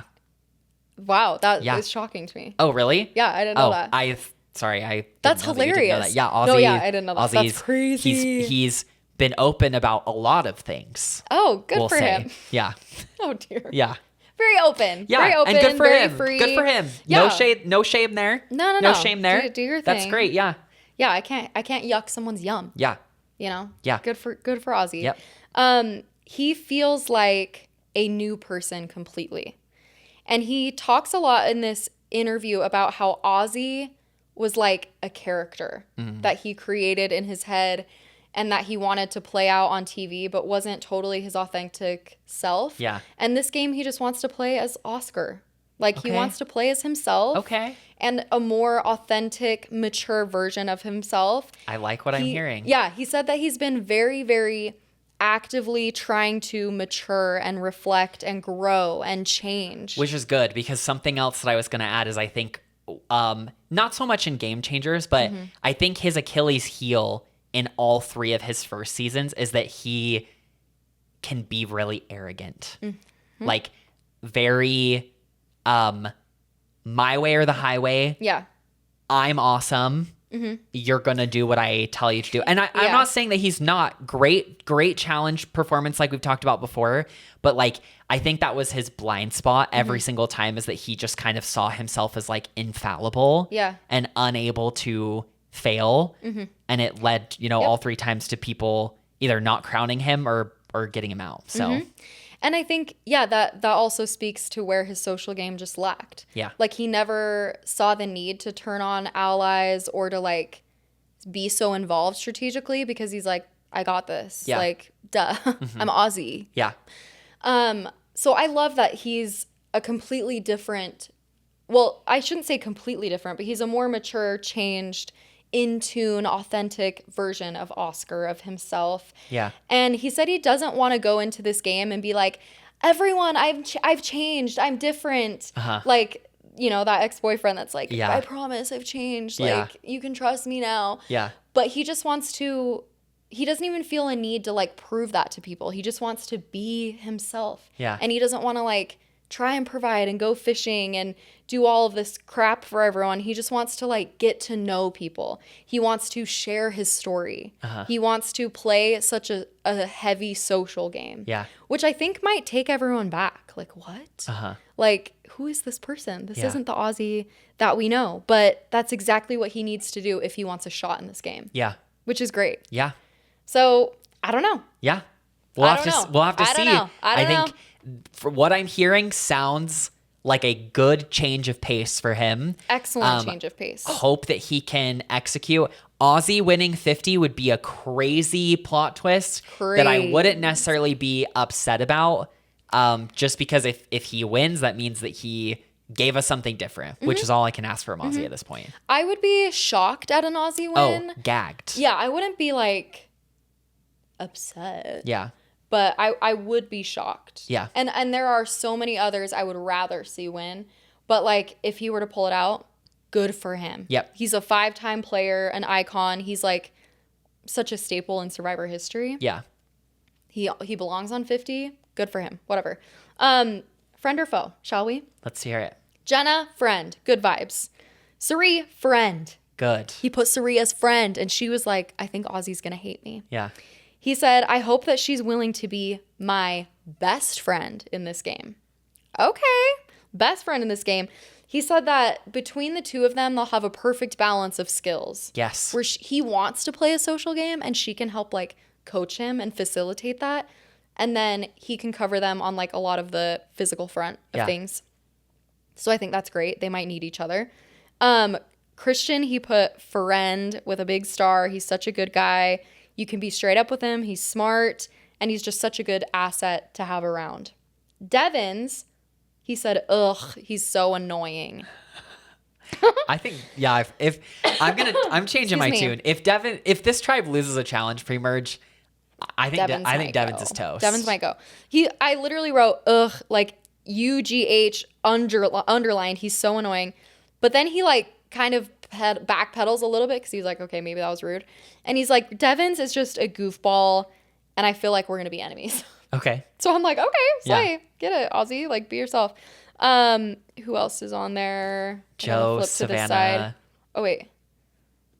Joe, Savannah, Emily, I think are the ones you haven't said yet. Okay, here it is. Yes, so Emily is a foe. Wow, that's the first person. I know.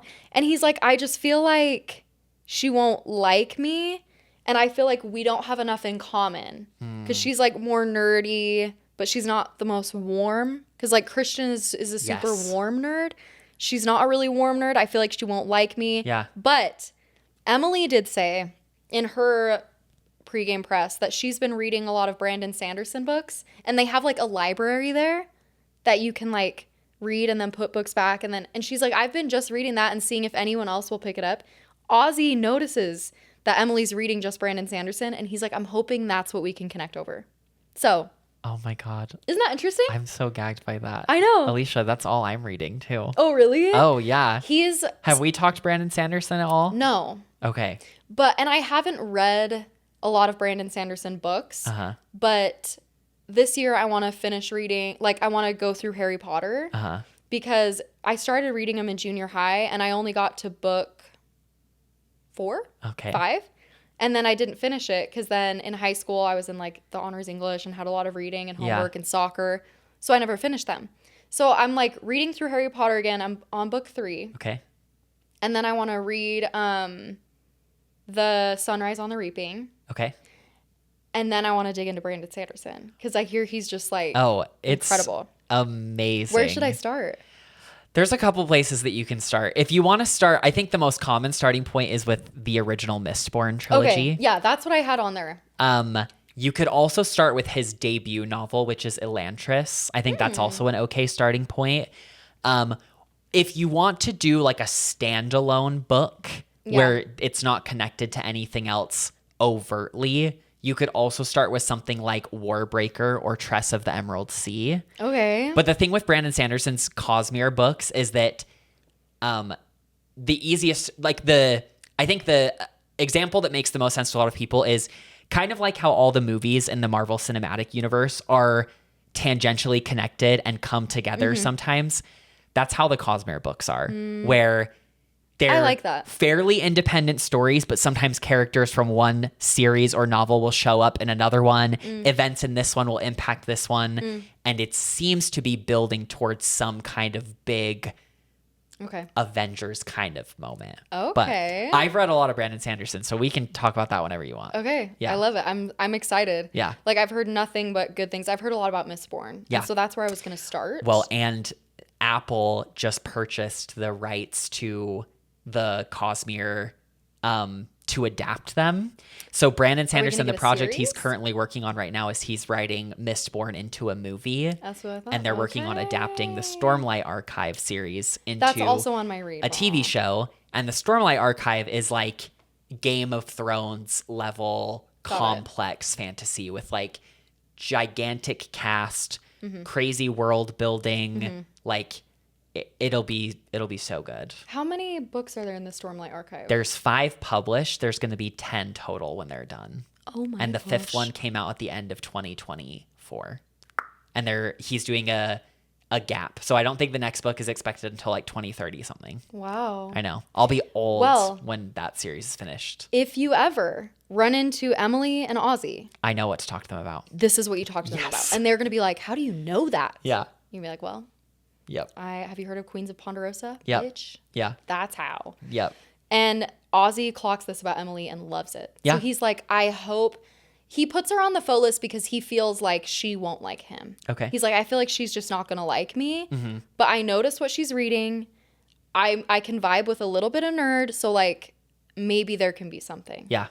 And I think Emily will enter the game open-minded enough Definitely. to agree. Yeah. So, whatever. Joe, he put on the friend list because he's just a lovable, good guy who's loyal, and he thinks that he also wants to play a different game than his first game. Not really. Didn't really seem like it. So he started off with like, Joe's a friend. But then by the end of his commentary of Joe, he's like, but I think I'd put him on the faux list. Okay. Like it was kind of just confusing. He was back and forth. Sav, he said Savannah is Parvati and Jenna. Which Jenna? I just wrote Jenna. It's Parvati and Jenna's love child, is what he says. That's what you get in Savannah. Yeah, the only 2 Jennas that have played are Jenna Lewis or Jenna Maraska. So I think it looks like an L that I wrote, but not an M. Anyway, he's like... Oh, that's a lie. There was a Jenna on Ghost Island too, I think. Oh, okay. But definitely, I don't think he's referring to her. He thinks that she's scary. He thinks that she's beautiful. He could not shut up about Dee and how gorgeous she is. Yeah. Like, I kid you not, go watch this pregame press. He was like, Dee is beautiful. She's so strong. She's so strategic. She's Latina. Yeah. She's gorgeous. Like, he would just circle back to like, he's starstruck. Yeah. So I think he might get this love for Savannah. Yeah. But I don't know. I don't think, know. Listen, she's in a relationship. If Ozzy's going to get in a showmance with anybody, I hope it's with a man. That's what I want to see. That would be iconic. That's what I want to see. I don't think who's available. I don't think there's any other queer men on the cast. So really, it's just Ozzy. I think if I'm remembering correctly, I think Ozzy may be the only queer person on this cast. Period. Wow, openly queer. Yes, of course, but I am pretty sure that's the case. Wow, interesting. Wow, I know that a lot of people have like. Has there been talk about that? Like, are people upset about that? Oh, not that I've seen. Yeah, I've just seen that. I think we might have talked about it last episode that this is the first season since 41 where they didn't follow the 50% BIPOC thing. It's only 10 of the 24 are persons of color. Instead of what you would expect it to be, which is 12. But I also feel like that tends to happen on All-Star seasons because I don't want to call it a quota, but there obviously is some kind of casting initiative to cast a certain number or at least a certain number of queer people every season because we always get, there's usually always one gay guy at least, and one gay girl. Gay woman. But on All-Star seasons, I don't really feel like that's the case. I don't really feel like that ever happens because like Winners at War, obviously Parv came out after, but like I don't think any of the contestants on Winners at War that were openly queer at the time. Heroes versus Villains, again, I don't think that there was anybody that was openly queer. Fans versus Favorites, like you have Ozzy now, but at the time, so like I feel like on All-Star seasons, those kinds of initiatives are not talked about as much because it's more just like who do we want to come back? Who do we want to bring back? Yeah, who are the characters to bring back? Yeah. That's interesting. Yep. He said Rizzo looks like a 12-year-old baby. Yeah. And he thinks that Rizzo's a physical player. Okay. He said he's giving cross-country runner. Okay, I can see that. Endurance athlete. Yeah. He will be surprised. Yeah. He will be surprised. Yes. Unless Rizzo did a complete 180 in 9 days. I don't think so. I don't think so. So that's what we have from Ozzy. Anything else from Ozzy? The final thing I'll say is just based on his answers to some of these questions, I'm intrigued. Definitely like a little bit more excited to watch him play than I was. Me too. And I feel like he had some pretty solid reads about himself and about other people. So I completely agree. Good for him. I was really impressed with Ozzy. And I'm like, this is exciting. Yeah. And I think a player like Joe would need that amount of time in between games to make that level of like an evolution or a flip. Yeah. But it's going to be like Ozzy playing back-to-back like he has before. Yeah. Anyway, Savannah. Yes. This is the last person to talk about on this tribe. Yes. Our reigning champion. Winner. I love her. Winner of 49. Don't know how much we really need to go into the like details with her because we just saw her. There's one winner on each tribe. Seems like the other contestants have clocked that she's probably the winner just based on the fact that She has Dee winner is energy. there. Kyle is there. It's one of Rizzo or Savannah, and people seem to think that it's her. And when they see the tribe divisions, everybody will know. Everyone will be like, that it's her that won. it. Yeah. So I would say she's probably coming in near the top of the threat level list. I would imagine she's probably up there in the upper range with Kyle, Dee, Christian, Cirie, Genevieve. Like I think that she's somewhere in there. We talked about this last episode. I think that something that will be to her advantage is to not put on full display how physical she was on her season. Whether it'll come out in the tribe challenges or not, who's to say? But I think that she's smart to not hide that we don't know what she's going to do. I think it would be smart to not hide that she won. She can't, I think. I think she should definitely downplay her immunity dominance. Agreed. And I don't know if people will believe her. So I think she might as well just lean into the fact like, yes, Rizzo and I were allies. Because I feel like no matter what she says, like if she's like, oh, Rizzo and I didn't work together, like you're lying. So I think she should just say like, yeah, Rizzo and I were allies that went to the Final Four together. And she should just leave it there. I think so too. And I think this is her plan. Yeah. Because she says that she wants to come into this just being completely honest about how everything went down. Because she's like, they're going to find out. Yeah. Well, yeah, they're going to know if she won as soon as they get to the beach. Well, and even with immunity wins, say she makes it to the merge. Yeah. She wins 1 or 2. Then Jeff is going to start announcing like Savannah, like one of the competitor or like someone who's in that circle of winners who have or players who have won 4 individual immunities. I guess women, She won 3. I thought she won 4. Her 4th one was the one that Sophie B won. Sophie B kind of pulled the rug out from her of tying the record that Wigglesworth and Jenna, Maraska, and Chrissy have. That's right. Yeah. So I guess she could hide it unless she were to win 3. Yeah. And then win the 4th one, and then he would like probably say something. Yeah. But she plans on being really honest about how she played, just because everyone already is so hesitant about who these people are. I think she has a really big battle ahead of her because people are so scared of her and Rizzo. Yeah. Because they just don't know. They just don't know. Like, who are these people? Like, we don't know who they are. We don't know how they played. And so it's like, why lie? You don't need to. Yeah. Like, they don't even know. Yeah. Like, what would be the point? And like, like people won't believe you, like I said, no matter what. So I feel like just be honest in the hopes that like your body language and your speech and everything like lets people know you're telling the truth. Because like, we've seen so many times you can tell the truth about what happened on Survivor and people are like, they're lying to me. So it's like, you might as well just be honest. Just be honest and just see what happens. Put it in their court. Yeah. She did say just in terms of like what we haven't seen since her season and then by the time she went to 50, because as we mentioned last episode, Rizzo had 9 days. She was like, yeah, I had 9 to 10 days before I had to come back. Her parents don't even know that she won 49. Wow. She like didn't tell them. Yeah. And they obviously didn't see the season yet. Yeah. And she had to go in and play. She feels like everyone knows that she won. And she's not even going to attempt to hide that.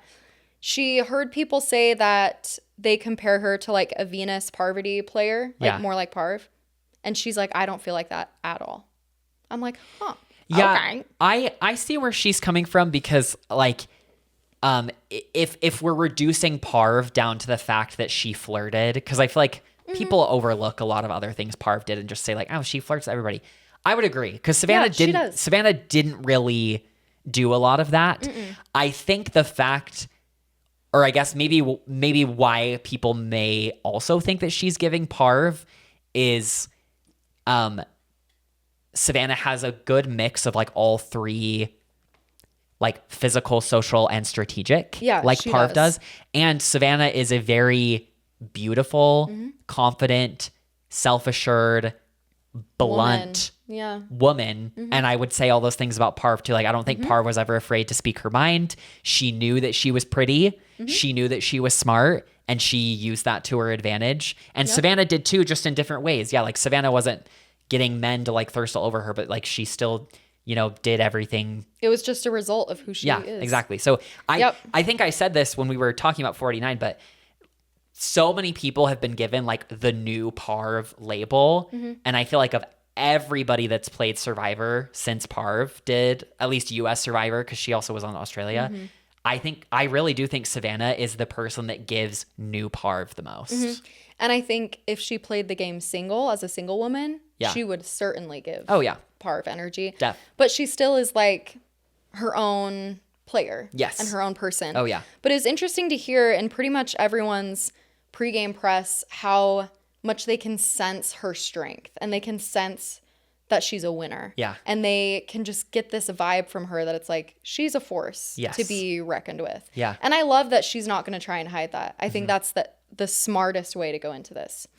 I love Savannah. I would love another Savannah. A back-to-back win. A back-to-back win from Savannah would be insane. I think that is extremely unlikely to happen. I think it's near impossible. I think it's more likely that Cirie wins, which is crazy. Because we've seen, you know, some back-to-back plays before. Obviously, like Russell went straight from Samoa to Heroes versus Villains.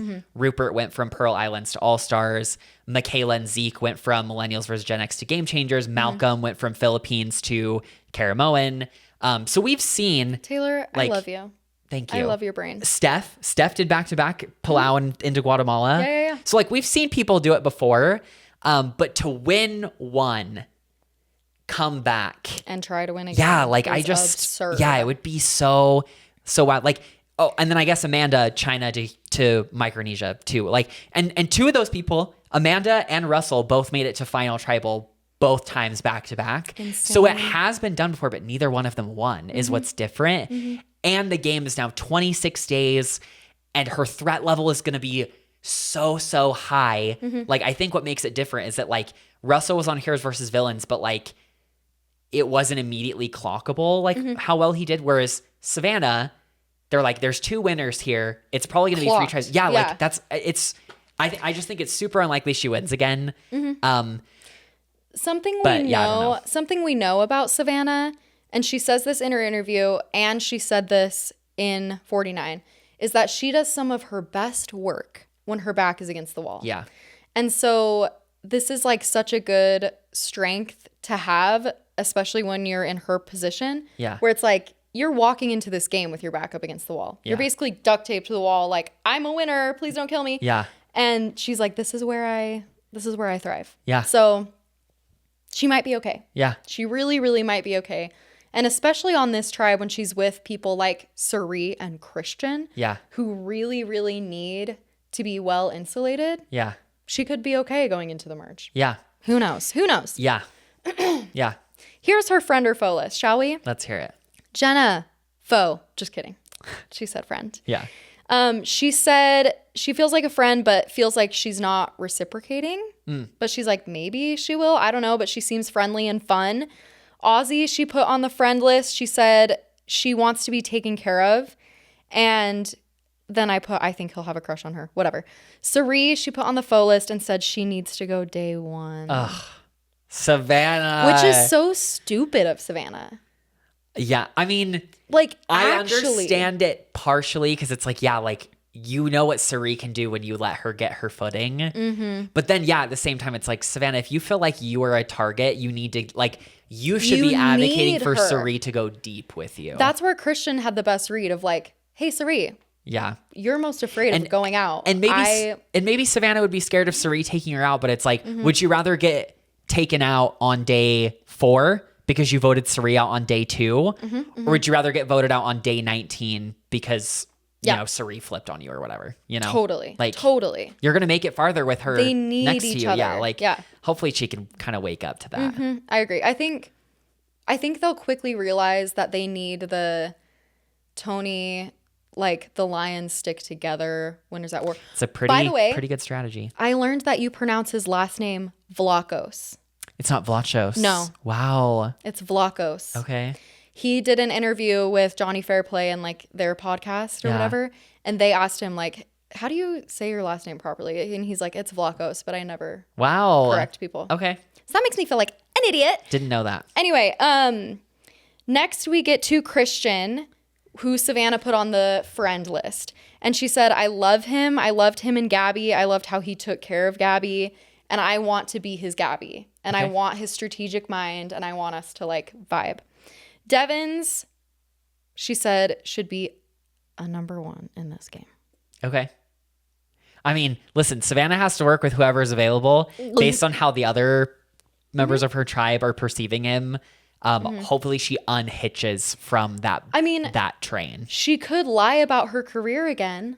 Yeah. And just be like... Well, he knows that she's a newscaster, though, he said. Yeah. Right?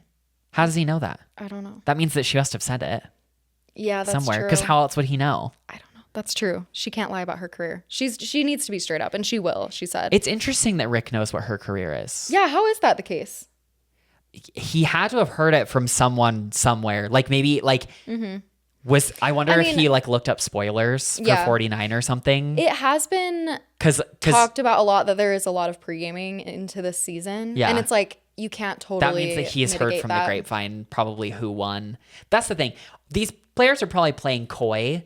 I would not be surprised because the spoilers, I mean, I guess maybe they wouldn't have been out there at this point when they started filming. But like Survivor spoilers are always out. Like you can always find like who won, especially in the new era now that they crown the person there.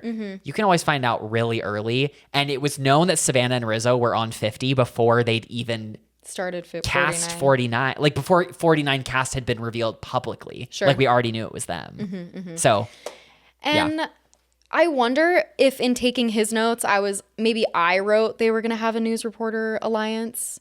And it wasn't him. Oh. Like maybe I wrote that note. Oh, okay. That would make more sense because I feel like there's no way that he would know. Yeah, I don't. Yeah. Not that early. Yeah. Anyway. If anything, Savannah would be smart to say that. I know she did say that. Yeah. And she was like, I would love to have a news reporter like alliance with him. I think it would be really, really cool. Definitely. Who else is on their tribe that I didn't mention yet? Where's Emily?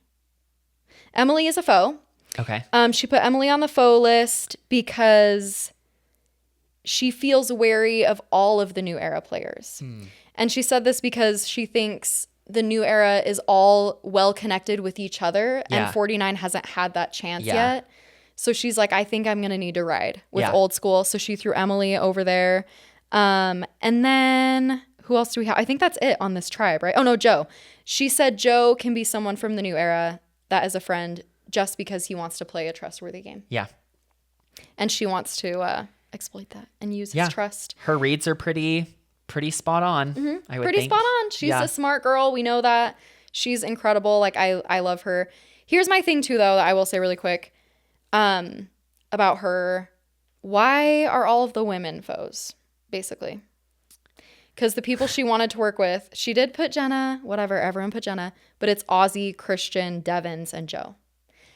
And I'm like, come on. Because Dee did this same thing. Yeah. And I think it's because, maybe I'm wrong, but someone that's like Savannah, and this sounds so like, just so conceited, but as like a pretty girl, like a beautiful girl, a lot of girls hate you. And I know she's experienced in her life like a lot of mean girls who hate her and people that are against her. She talks about in her job and her career, everyone's against her. And so I wonder if she just has this already like gut instinct that she can't work with other women. Like she needs to just kick them out. Yeah. But I don't know because she worked really close with Sophie B. I don't know. Yeah, I don't know. Anyway, it's just an observation. Just an observation. Just an observation. Yeah. The world often pits women against women, Yeah. so it's just like I don't Definitely. know. Anyway, I love Savannah. I want her to thrive. I would love to see a back-to-back win. I think it would be insane. Oh, yeah. Will it happen? Probably We'll not. see. But it would be cool. Yeah, it would be cool. So that, folks, friends, is the tribe. Yes, that is the Cila tribe. Final impressions. Final impressions. I'm thinking that seems like people that may be in hot water potentially. Obviously, Rick Devens. I think Savannah.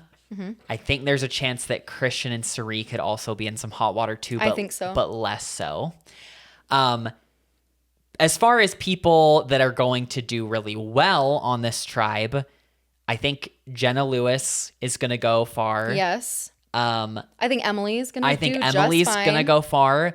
I think Ozzy and Joe are probably both going to make the merge too. If you want my take as far as looking at all three tribes as a whole, this tribe seems by far and away the strongest one to me. Physically? Overall. Like I think okay. this tribe, as long as it's a 3-tribe format, I think this tribe is going to do really well. Yeah. I would be shocked if they lost multiple challenges, if not like losing any. Like they're going to do really, really well. So I think a lot of these players are going to go far just on the fact that they're going to win a lot of these challenges early on. Yeah, I agree. I mean, Cirie isn't super strong in challenges. Neither is Emily. Nor is But then Emily. you look at like basically everybody else. Like you've got Everyone else is fine. Joe and Ozzy and Savannah all won a ton of immunities. Rick Devens was he a can challenge hold his competitor. own. Christian can hold his own. Oh, puzzles, they're set. Like you've got Christian on a puzzle. Yeah, you're Like done. he's Game gonna over. do it. Yeah, like obviously there's other good puzzle people like Camilla is here. Jenna's really strong. Genevieve is here. But like I think this tribe is gonna do so well in challenges. too. I think all of them are going deep just based on the fact that they're not gonna lose a lot. Now if there's tribe swaps, we'll have to see. I don't know how they'll fit a tribe swap into a 26-day game with 24 I don't know. players. But I think this tribe will do really well. I think so too. I'm really excited to see this tribe. They have some of my like favorite people. Yeah. In Christian It's a great and in mix. Savannah Yeah. and Cirie. Yeah. Obviously, like super, super exciting. We did buy every single tribe buff. We did. We did. Sorry. Yeah. But we kind of have to because all of these people are so iconic. Amazing. All of the tribes are so iconic. Yeah. I still think the Vatu tribe is giving more of a disaster Yeah. than the Cila. Yeah. And I think Cila will be strong. So Yeah. we'll see. Yes. Next, we're going to get into the Kahlo tribe. Yes. And then we will do our draft pick Yeah. for this next season. And I cannot wait for 50. This will be a good tribe. Yeah, stay tuned. We're excited to wrap things up. We're only a couple days away from 50 premiering, and then it all becomes real. So, yeah. I know. Can't wait. With that, the queens have spoken. Thank you for listening in, and we will talk to you all next time. Bye. Bye, everyone.